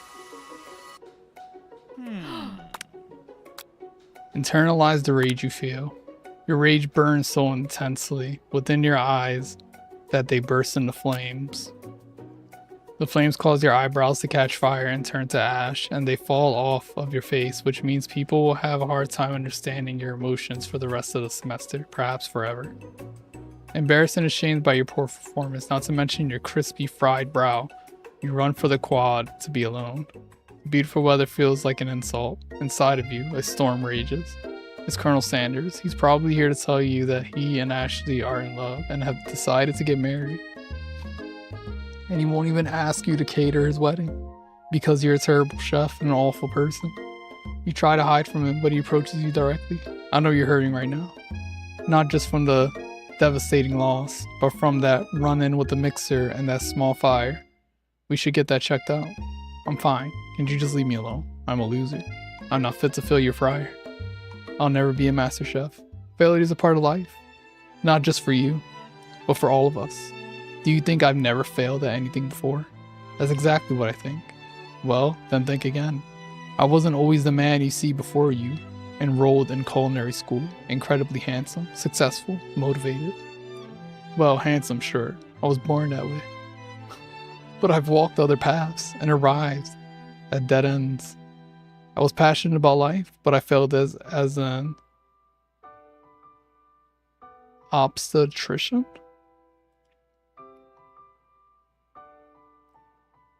I was passionate about justice, but I failed as a lawyer. I was passionate about livestock, but I even failed as a mule handler. That one was especially humiliating. Mules can be so cruel. I lost my business partner to a gunfight. I didn't know. People see my delicate ribbon, tie, and my well-kept beard and assume that I've got it all together, which is true now, but it hasn't always been. Sounded this guy could really use a hug. I resolved then that I was going to amount to something. No amount of hours, labor, or money would deter me from giving the best I had to give. As Colonel Sanders changes focus, you see something ignite inside of him, a burning passion.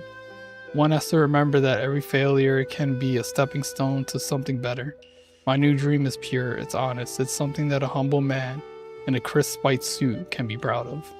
I will create a new chain of chicken restaurants that will bring joy to the entire world and make up for my past misdeeds. Yay! Just as your moment grows intimate, you're interrupted by threatening, shadowy presence. Battle scar from the night before, you prepare for the worst. It's the spork monster. Borko? It is I. I know I said I wouldn't be back, and after the whole fight to the death thing, maybe you don't really want to see me anymore, but I just want to say that I was wrong to attack you, and I apologize. I know what it's like having to always look over your shoulder. Monster problems, am I right? Aw, thanks, Borko. I'm glad there are no hard feelings. Getting jumped by a giant creature in the dark of night can really rile a person up. I also want to apologize for the way I switched right into attack mode. I know that you're strong, and cooking school can put a person under a lot of stress. I actually used to go to this school. I wasn't always a spork monster, you see. I don't believe it. You were human once? Well, no. I was a golden retriever, but I was still a student. Until one day, some mean kids with a magic spell book cast a dark enchantment on me, and I was forever transformed. A magic spell book. Precisely. I had procured a copy for myself, but somewhere along the way, I've lost it. If you find such a book, I beg you, respect it. You're a powerful chef, and shouldn't rely on such dark and evil magic. No, you should be protecting the innocent from those who would cheat them through sorcery and guile and guilt. If you need me, don't fear, I will be there. It sounds like there are some bad cooks in the kitchen of life, self-sounds together. I'm sure we can defeat them. Come back to my hideaway, and we can discuss. A personal invite. You can't imagine what Colonel Sanders' home must be like, but it sounds like you're about to find out. Stepping inside Sanders' home, surrounded by his things, you start to feel a special bond with him. It looks like you live such an exciting life, Colonel Sanders. Every day can be an adventure, if you approach it with the right attitude. Long ago I made a decision to never stop searching, never stop working, never stop imagining. Have you been working on any new recipes of your own lately? I'm always excited to talk about food with another ambitious chef. Well, there is something.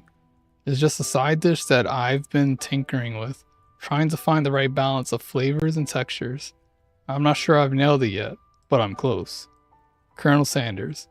Eyes perk up as he starts to wonder what dish you might be describing. It's meant to pair with something spicy or something crispy. Both perhaps? Now you've got him right where you want him.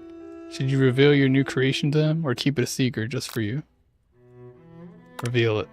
You decide that you're as ready as you'll ever be to share your original cooking with Colonel Sanders. Before you can talk yourself out of it, you decide to dive in head first.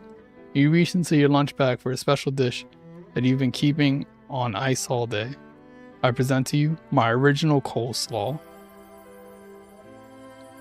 The shredded cabbage dish glistens in the light of Colonel Sanders' look's hideaway. Magnificent. Together you chow down on the creamy slaw until just a spoonful remains in the bowl. Do you mind if I hold on to the last bite? I like to have it around so that I can admire its taste later and think back on this moment. You could offer to make him more, but he seems like a very sentimental kind of guy. Sure, why not? Please make yourself comfortable. I'll be back in just a moment. You realize that now would be the perfect time to do some snooping. Around the room are various items that you can look closer at. Each item seems to radiate memories and emotions. Tap on item to discover more about Colonel. This must be where he keeps the secret recipe. You think for a moment, what number is important to Colonel Sanders? Then it dawns on you. As soon as you turn the dial 1111, the safe opens. Inside it, you find a single note. Can chicken be prepared sashimi style? Tap on item to discover more about Colonel. Adorable little baby boy crawls across the floor. From the goatee and mustache combo he sports, you figure that this must be Colonel Sanders himself. That, or maybe it's a drumstick that he seems to be waving like a rattle. Who frames a baby picture of just themselves? Probably the same type of person who would make their own face the logo of the company they founded. Am I right? Tap on item. Dude, there's like a billion items. The photo appears to be Colonel Sanders, except he's an old man visiting the pyramids of Egypt. Maybe this is where he discovered one of his secret herbs and spices. The door. One of the framed pictures shows an old man who looks a bit like Colonel Sanders standing with a friend. They hold fried chicken drumsticks and appear to be cherishing them. You look closely and see that there's a short inscription. I wonder who my friend Pete is. Take a closer look at the large urn sitting in the nearby pedestal. There's a plaque on it. It's dusty, but when you wipe it off, you can read the inscription. It says, "Here lie the ashes of all my past careers and business failures." Poor guy. He scents a candle. You pick it up and try to identify the smell. Power tool? Freshly starched collar? Piece of wood floating in the lake? Summer of '69? No, it's one of the secret recipes ingredients. It's another secret ingredient. You gaze out on the window across the vast lake and mountain range beyond. Just then the ghost of students pops up. Are you thinking about heading out into the world on a quest to avenge my death? Wait, what? I never even heard your name. Why would I avenge you? I could tell you my name right now. Can't you see I'm in the middle of something? You open the window, a crack. You open the window, a crack, and the ghost of student is swept out with the breeze. A lock of silver hair is woven through the teeth of the comb. Upon further inspection, you realize that the hair therein isn't just silvery in color, it's actually made of spun silver. You notice a very realistic stuffed chicken sitting on the corner table. When you pick it up, you realize it isn't just realistic, it's real. Taxidermy. Must have been important to Colonel Sanders when it was alive. A little note clipped on the chicken foot reads, "The true state bird of the great state of Kentucky." The door. You open the door of Colonel Sanders' closet and find a row of his signature white suits hanging within. You take one off its hanger and try it on. The jacket is a bit big for you, but it's soft and comfortable. You give yourself a deep hug, breathing in its scent. They say that home is where the heart is. Is this what they mean? Before you can look any further, you hear Colonel Sanders returning. He has a new dish that he has been working on, and he wants you to taste it. You try to act casual until he asks you why you're wearing his jacket. I don't usually loan those out, but I must say, it does look good on you. Oh crap, the jacket. You forgot to take it off.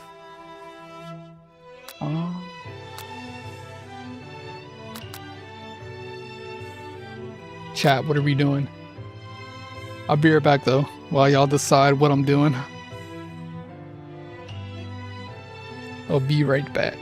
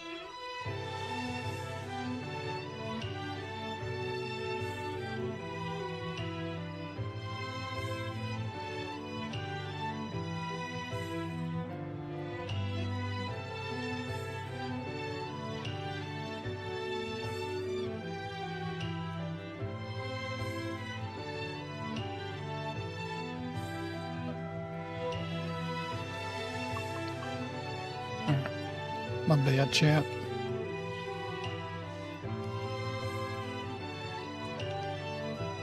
I'll be alright. What's a big move? I don't know.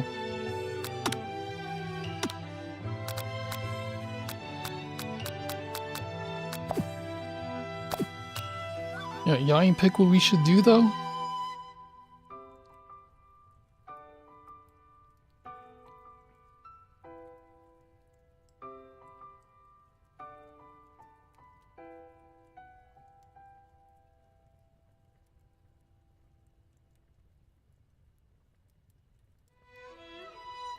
Big move? Alright, she said big move. Whoa, whoa, whoa, this isn't that kind of game. Not that we blame you for trying, but still. You failed, Cheese. Failed. Failed.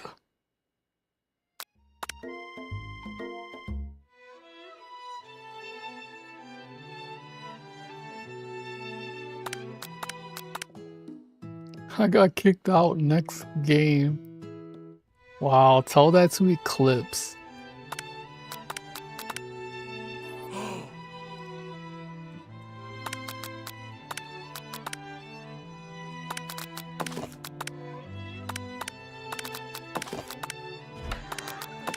Oh, I gotta skip everything.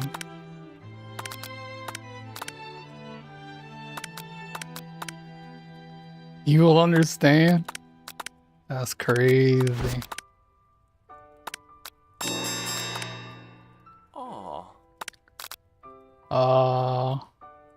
You fess up and tell the truth. You confess. I think I've developed feelings for you. Oh no. I might be developing feelings for you too, but I'm concerned. I can't let anything get in the way of my dreams. Overwhelmed, we take off the jacket and run for the door.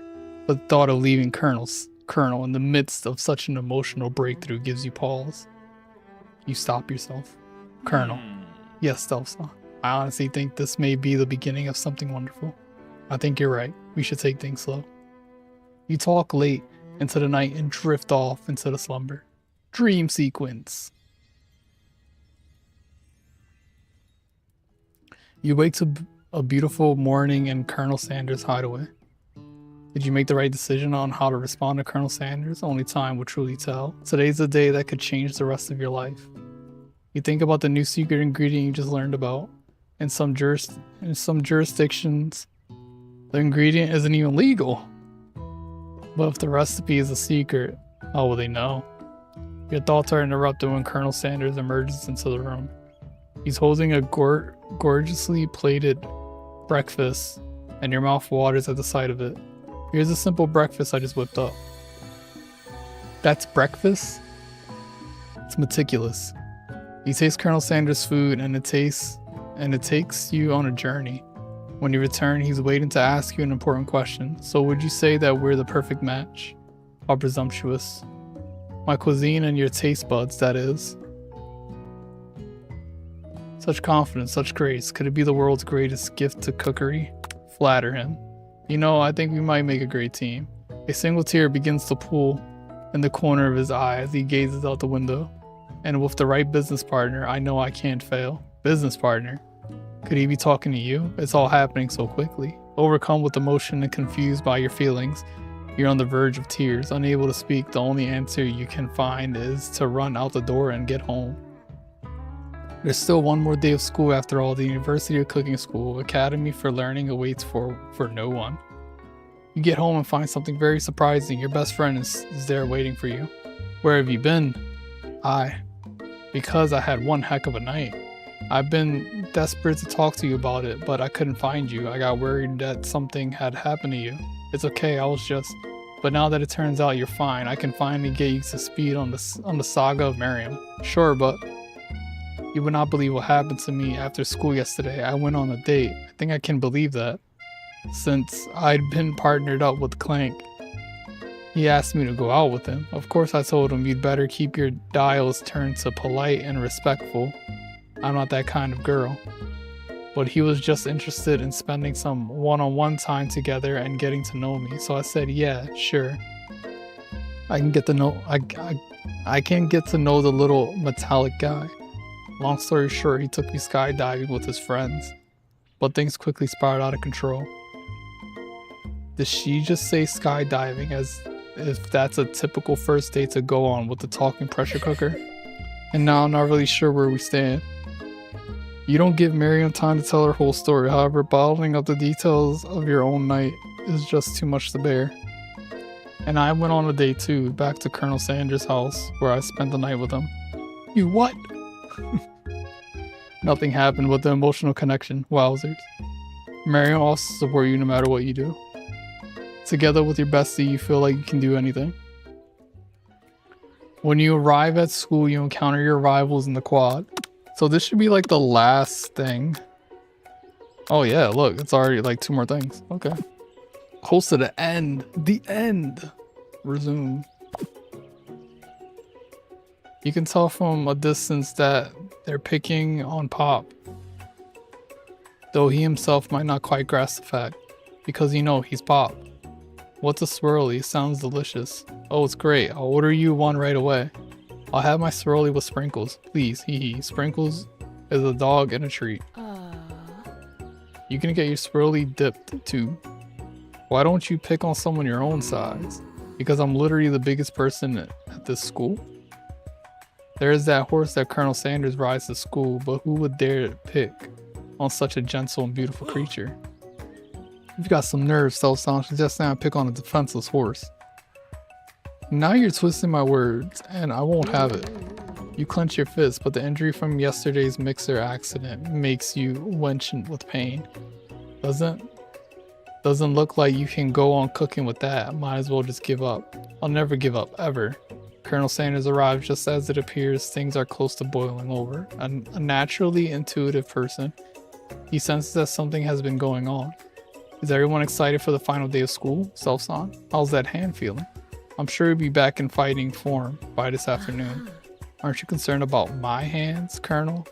Yesterday I almost broke a nail winning so hard.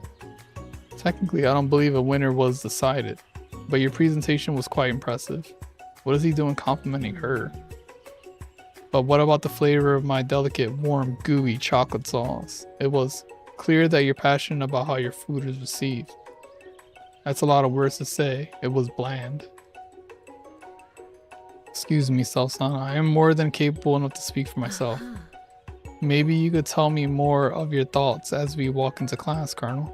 I'm always interested in discussing the fine art of fine foods. See you inside, Self-Son. Annoyed by Colonel Sanders' inability to see Ashley for who you know she really is, you walk across the quad to get some distance.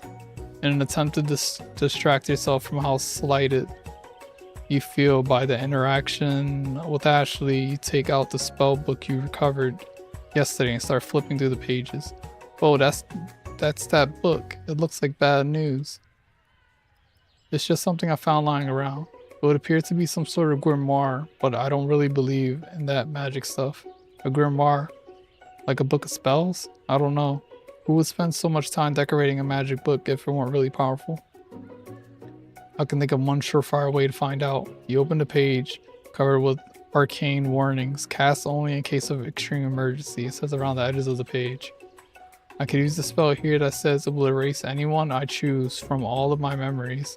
If I scrub out Colonel Sanders, it would probably help me focus better on the upcoming final exam. That is way drastic. Couldn't you do something else, like anything else, not rooted in dark magic? Maybe tie a string around your finger? Okay, fine, it is drastic, but desperate times call for desperate measures. You've got a memory erasing spell sitting right in front of you, and a pretty good excuse to try it out. Chat, do I cast the forbidden spell, or don't do it?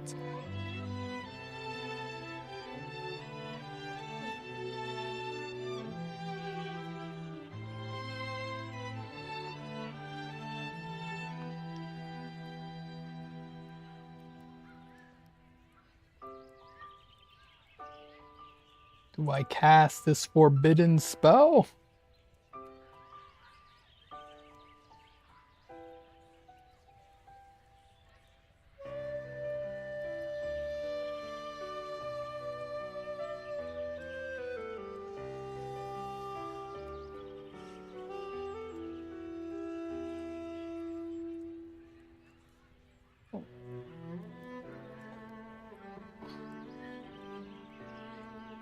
Fuck it, we're casting the forbidden spell. You begin to recite the spell, but you stumble on the words, and the only effect this seems to have is to make you forget what it is you were doing. Alright, after looking at the page again, it comes rushing back to you. Cast it. You begin to recite on the words with the only effects. I guess I can't fucking cast it. Why won't it let me cast the forbidden spell?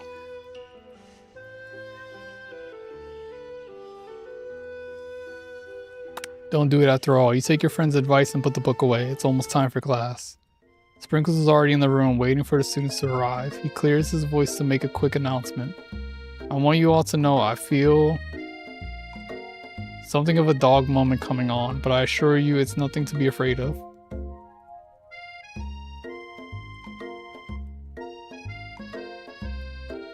His cute little nose scrunches up and he begins to breathe quickly.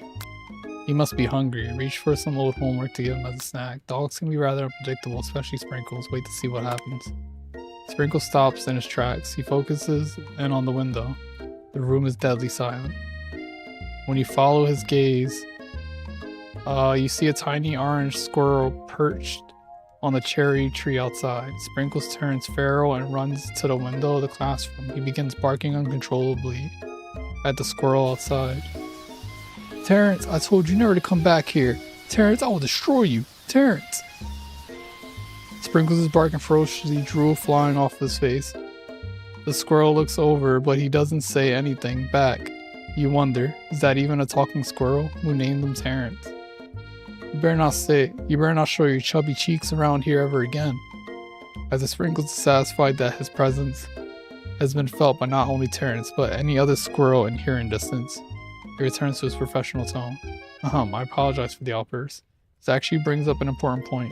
Thank you, Self-San, for reminding me to dole out this indispensable bit of wisdom. You see, before we can go any further, Miriam's love drama spills over onto the class.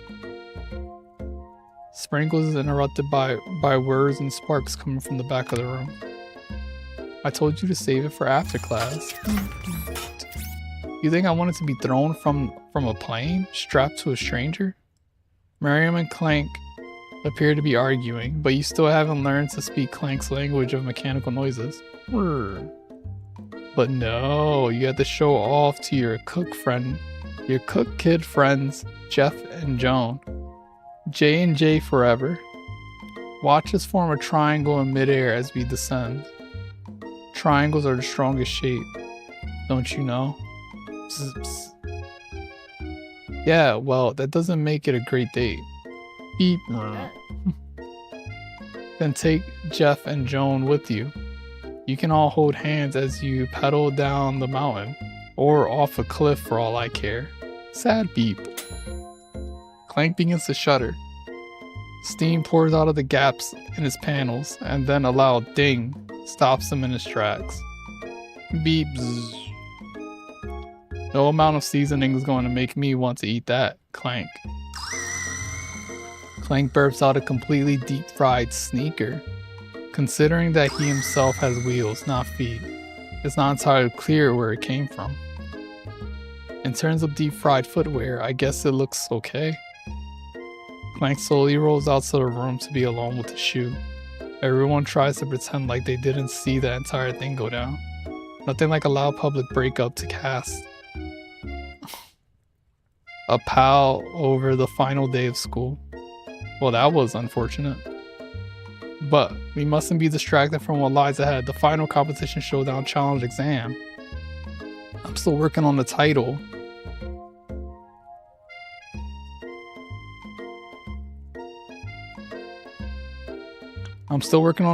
But I think you get it. Test time approaches. See you all in the arena. But before you can think about your upcoming competition, there's a very beautiful soul nearby in need of a pep talk. Hey Miriam, are you okay? Okay? I'm so mad I could smash a tiny mug, spilling several droplets of hot cocoa all over the floor. How could he embarrass me in class like that, in front of everyone? Her tiny cocoa is a delicious treasure. So you know that this breakup is no joke, even if the source of her frustration is such a silly boy. I know that you know this, but I'm gonna say it out loud. You don't need anyone. Me and you, we're gonna cruise through this final test and hit the carpool lane to Success City. Marion brightens up, imagining the wind rushing through her short bangs, but she hesitates to embrace the feeling all the way. You're not gonna saddle up on Colonel Sanders' stallion and ride off into the sunset without me? Of course not. Well, maybe sorta, but I'm not. But I'm sure there's a pony out there with your name on it, and a ranch big enough for both of us and whoever else we want to bring along. If it's not Pop or Clank, or anyone else you meet today, tomorrow, or this whole year, so what? You're a special person who shouldn't settle for the first someone to show a little interest anyhow. Marion gives you a big hug and wipes the tears from her cheeks. I should really review my menu for today. I'm going to make a very special soup, and I bet that Professor Dog is gonna love it. Love it up? Eat it up? While you were pep talking Marion, you completely missed lunch, but that's okay because you had a better idea of how to spend the time before your exam. The book. You decided to head to the arena early to practice a dish. This is it, the location of your final challenge, a test of will, a test of courage, a test of talent, and a chance to beat the pants off of Van Van and the supposed Man and his eviler counterpart Ashley. As planned, you begin to run through a quick test of a recipe you've been working on, Stealthsound's famous chicken pot pie. After practicing for months, making this dish comes second nature to you, and you're able to quickly get a fresh pot pie in the oven. But as soon as you do, your cram session is interrupted by Colonel Sanders. Stealthsound, what are you doing here? There's still time before the final exam. Oh, just taking it all in. I'm big into visualizing success. I'm looking at my station and picturing victory. Popeye has begun to bake, and the smell is slowly filling the space around you. Visualizing, huh? That's too bad. I was hoping you were here cooking something delicious. You'd usually happily share your food with anyone who is hungry, but the last time you let Colonel Sanders get in your head, it cost you a cook-off. You decide that it's time to put your cooking above your romantic desires, but that decision gets hard to stick to when the other timer goes off behind you. Ignore it, there's no sound at all. That's up about your practice dish. Okay, you got me. I'm doing a little bit more than visualizing. I know, my nose can smell a pot pie from 400 yards. That's an oddly specific distance, but you expect nothing less of such an oddly specific man. You knew it was a pot pie just from the smell. Not just a pot pie, but a chicken pot pie with all butter crust. And my nose is telling me something else. Oh no, is it burning?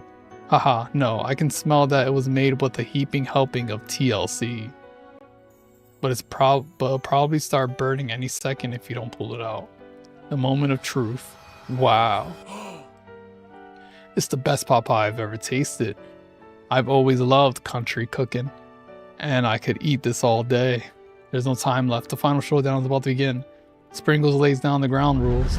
There are no rules, that is, except to cook with everything you've got. You step up for the cook-off of a lifetime. You decide that mac and cheese plus the pot pie you've been practicing are just the dishes that'll push you over to the edge of victory. Meanwhile, both Van and Ashley are prepping wildly elaborate dishes per their usual over-the-top selves. Miriam has her giant magnifying glass and several sets of tweezers. She's definitely prepared to go big going small. Colonel Sanders seems to be harnessing his 11 herbs and spices, but he's trying to find a way to improve on something perfect, his original recipe. It has the fucking, I forgot what symbol that is, but it's like a trademark thing, fried chicken. The intensity in the room starts at a full 10 out of 10 with a frenzy of action. Everyone is calling out really cool special cooking moves as they prepare their food. Wow, this is getting serious. Colonel Sanders batters his chicken as it levitates through the air. Egg wash. Marion ferociously injects ingredients into an itty bitty pot of broth. Best friend Bastard Blaster, what the fuck? Van flexes his pectorials as he chops open a sea urchin. Let's rock and roid. Ashley scoops her pastries off the tray with lightning speed. Shallow personality spatula. Even Clank gets in on it. 5 dial pressure point chicken cooking technique. Wait, when did Clank learn to speak English? It's the singularity, as was foretold. We mustn't let it happen, or the appliance uprising will take us all. Self-destruct. Batman quickly unplugs Clank and rolls him out the back door of the arena. As you frankly prepare your dish, you notice Ashley has her spell book out. Is she going to use some dark magic to turn the tide? You've got the book of your own, and you're desperate not to see her win another battle. Should you take this opportunity to fight magic with magic, even if it's almost certainly evil magic? But we do it the hard way. Who needs magic when you've got passion?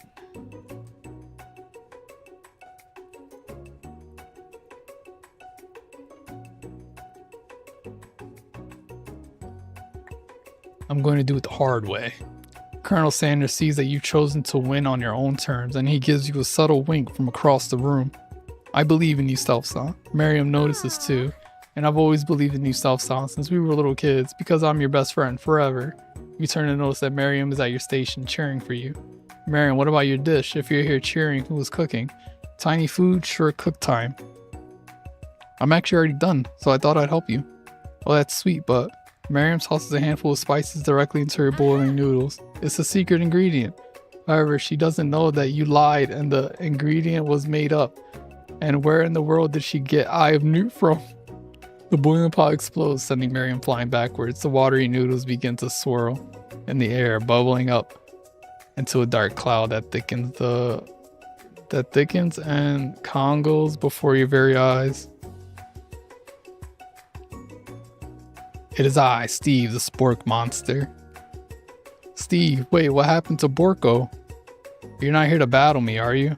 We spork monsters are many. I think Borko had the day off, but you have conjured Steve, and I hate to battle, so I'd say you're doing pretty alright. Oh hey, you're in the middle of cooking competition. I love this stuff, it's better than TV. You crazy kids and your culinary skills really impress me. Mind if I hang out? I'm sorry, Steve, but I'm kind of in the middle of something, do you mind? Steve, see the spork monster notices that you've got the grimoire stashed beneath your cooking station. I see what you're up to. Crisscross some magical items and accidentally summoned me, huh? Huh, yeah, you guessed it, sorta. If you're here, would you mind tossing some fresh noodles in the pot of salted water? I'd love to. I've always wanted to be a top chef, actually.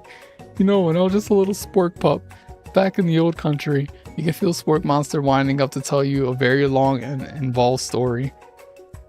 I'll be right back, chat. Keep watching Spork Monster with a smile.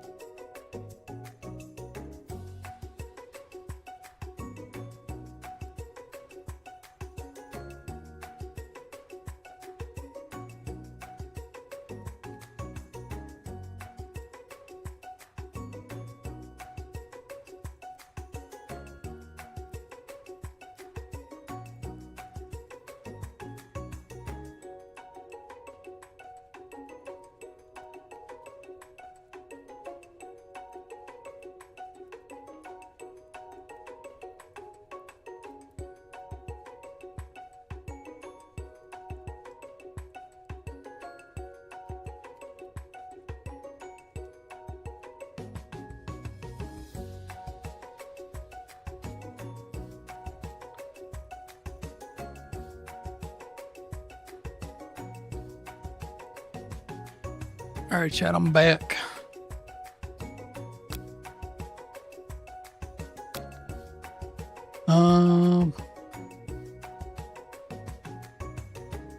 You don't know exactly where they came from, but it seems like it was probably lonely there.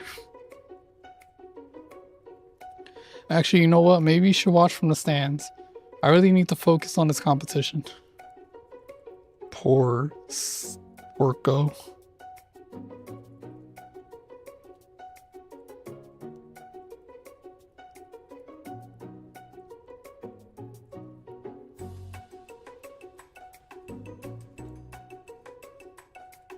I understand. It's kind of like that time in monster school that I had fallen asleep during scare tactics class, and when I woke up, he tossed a serious stare at Steve and he takes the hint.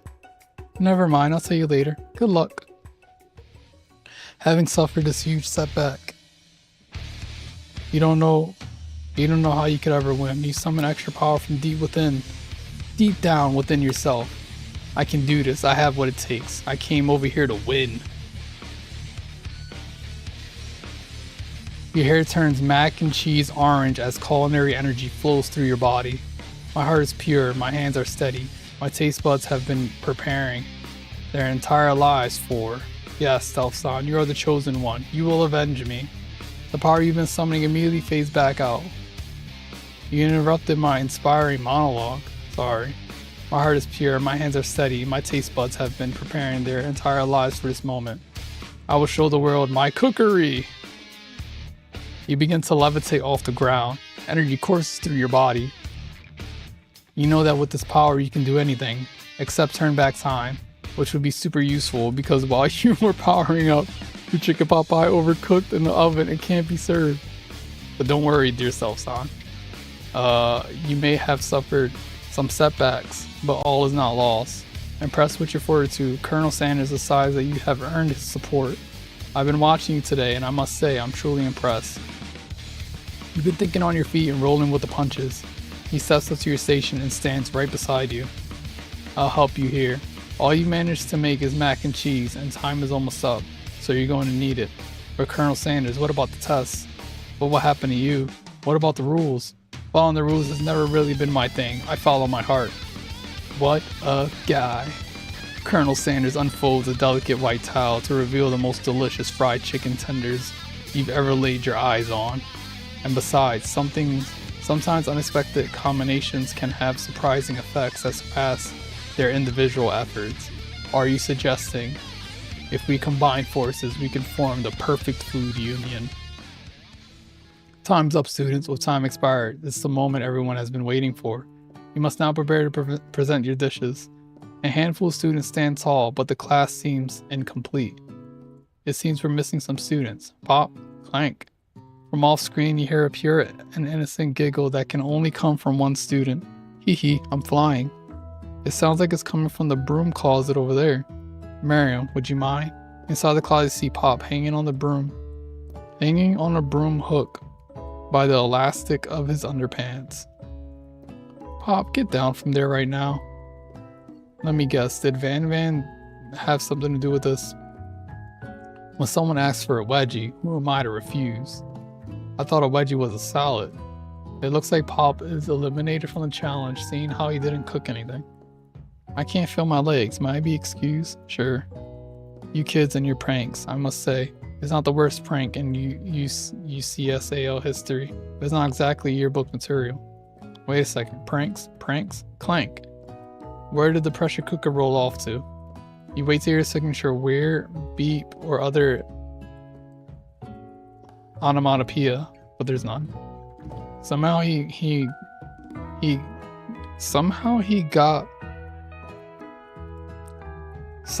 must have gotten unplugged. Like, you don't need this got. Somehow he must have gotten unplugged, I guess. We'll have to figure that out later. That leaves only 4 remaining students. Please collect your final projects. Yes, it has been a long semester. Wow, 3 whole days long. But after days of hard work, the time has come for me to eat. Miriam, please step forward. Now describe your dish. I've made tender udon noodles and savory soup. That is the most tiniest food on I have ever seen. My word, so delicate. Is that a teeny tiny Naruto Maki I spy afloat in this itsy bitsy bowl? Yes, chef. Please call me Sprinkles. Chef is my father's name. Yes, Sprinkles. And some green tea made from baby tea leaves that I picked myself. Sprinkles carefully sniffs around the dish before opening his mouth and letting just the tip of his pink dog tongue dip into the bowl. Sublime.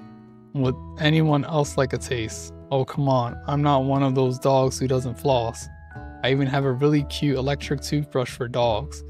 Fine, I'll enjoy it all by myself. And in a flash, an entire meal has been devoured. Not that it took much. It was less than a Timble's worth of soup. A+. Rarely do I taste a dish with as much love poured into it as yours. Miriam is overjoyed. She gives you a huge hug. Thank you, Self-San, for helping me to believe in myself. Ban, you're up.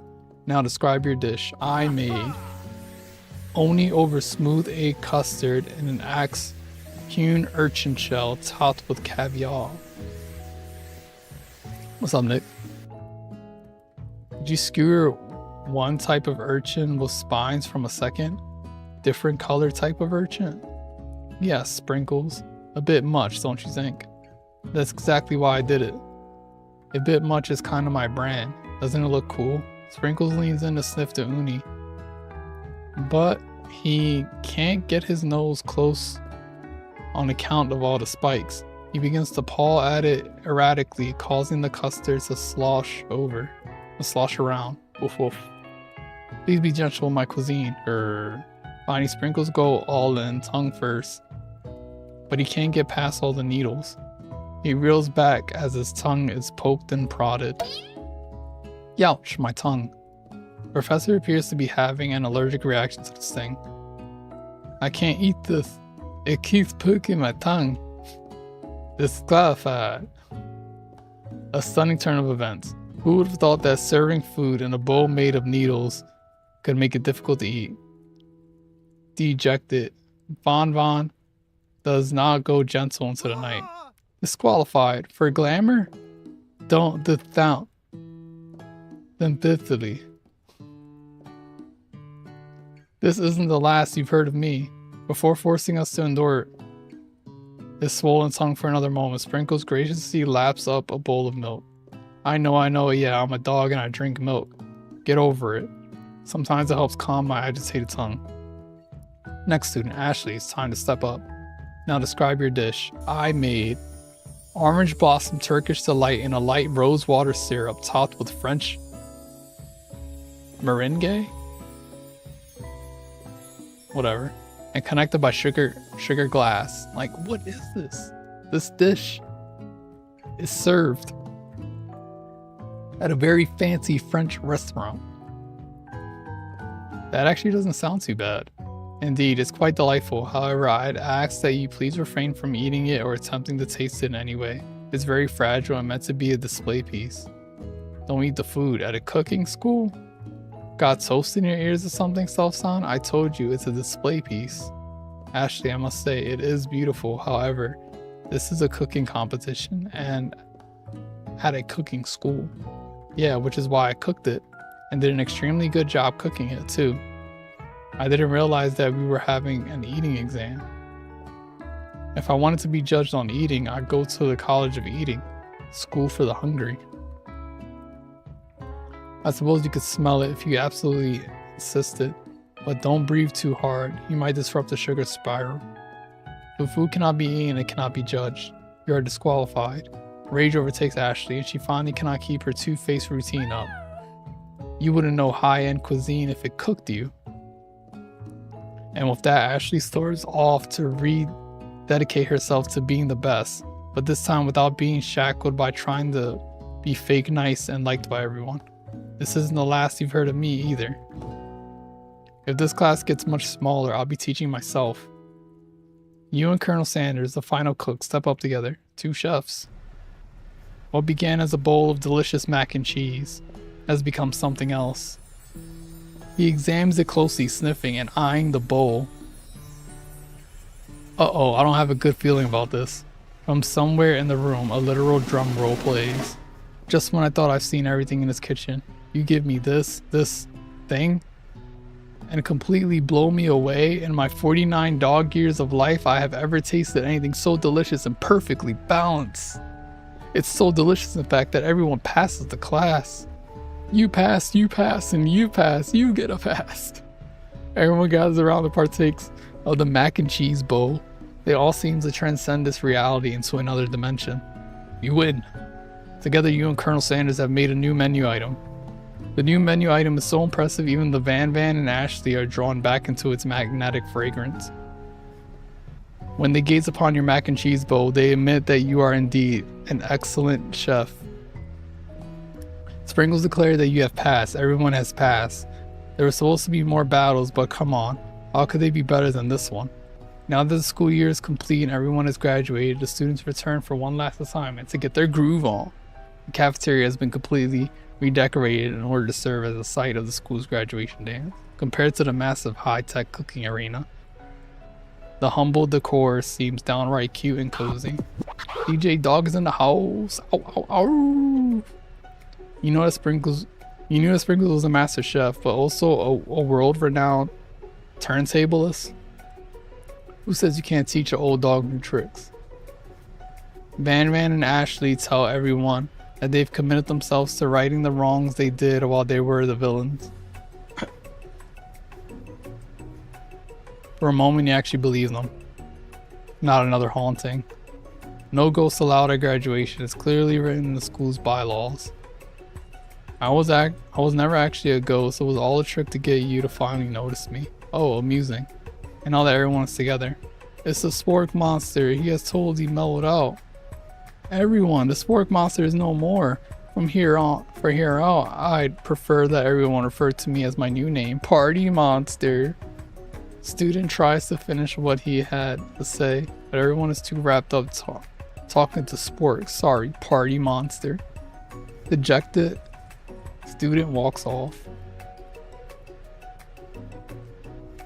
Maybe things didn't work out for Miriam romantically, but she found the love in her cooking, and you know she's gonna do great.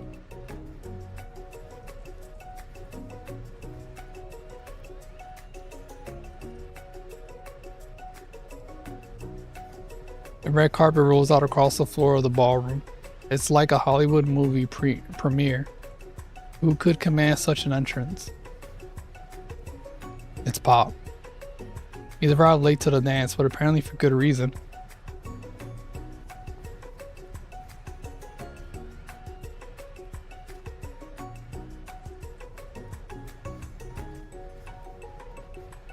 Walking the carpet, you see perched atop his dirty chef's hat.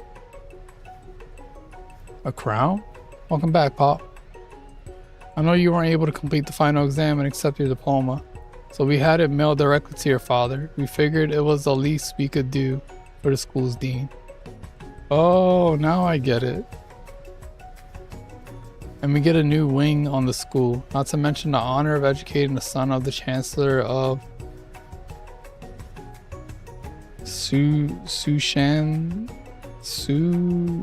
such and such, chancellor of such and such. Really? The music of the dance is interrupted by the sound of sparkling and electrical hissing. It's Clank, who has arrived late to the dance. Now that I have graduated, I can reveal my truth. Well, we still doing the talking thing. I am Clank, and I am not of this earth. I am actually from a faraway planet in another dimension. What? What? I actually feel like I knew this the whole time. Now that I have learned the ways of your kind, I must return. Miriam, will you come with me? I don't know what to say. Besides, no, obviously. I have just begun to learn who I really am. This isn't time for me to devote my life to figuring out who you are, Clank. You're blown away by Miriam's maturity. It's pretty clear she has managed to surpass you in that regard. I understand, kind of. Humans are weird. A portal opens up and Clank disappears through it. Finally, Colonel Sanders arrives. Howdy, classmates. Just like the first day you met him, he has come prepared to feed the entire class. However, it's not enough to just give them a bucket of chicken. This time it's a full meal. I didn't get to be the most famous chicken man in the history of chicken and man by not reminding people to go out and buy my chicken.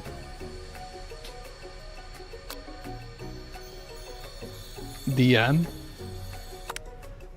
No, it's not the end.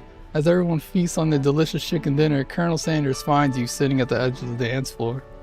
Self-son, what are you doing sitting all alone? Oh, you know, just waiting for the right person to ask me to dance. I wonder, might you tell me, what are the qualities you would expect to find in such a lucky person? Off the top of my head, oh, I don't know, a spicy musk, a tidy goatee, and a degree from the University of Cooking School Academy for Learning, just to name a few. It truly is my lucky day. Would you dance with me? Yes, I would love to. As you glide across the dance floor, hand in hand with Colonel Sanders, the future stretches out in front of you. And once my 100 franchise is up and running, I'll be ready to take a day off, and I'll be so glad to spend it together with you, Self-son. All sweet. We'll work together and play together. Colonel Sanders stops, dead in his tracks. Work together? Well, I think this is something I'll just need to do by myself. But who will help you run your restaurants? I don't believe I need help. Besides, based on your time at school here, do you really think running restaurants is the best path forward? Could it be you found the love connection, but failed to earn Colonel Sanders' respect as a chef?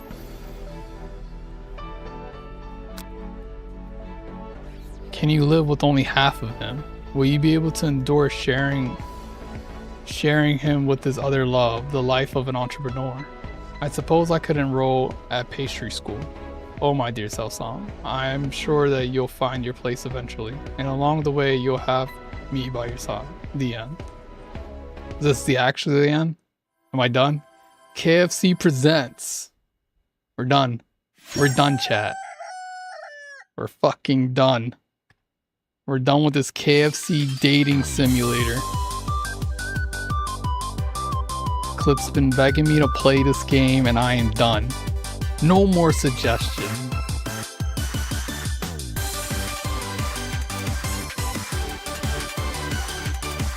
No. Sadly.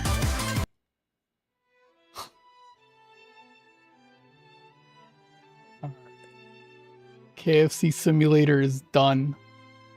I'm gonna end YouTube and then turn it back on when I swap games.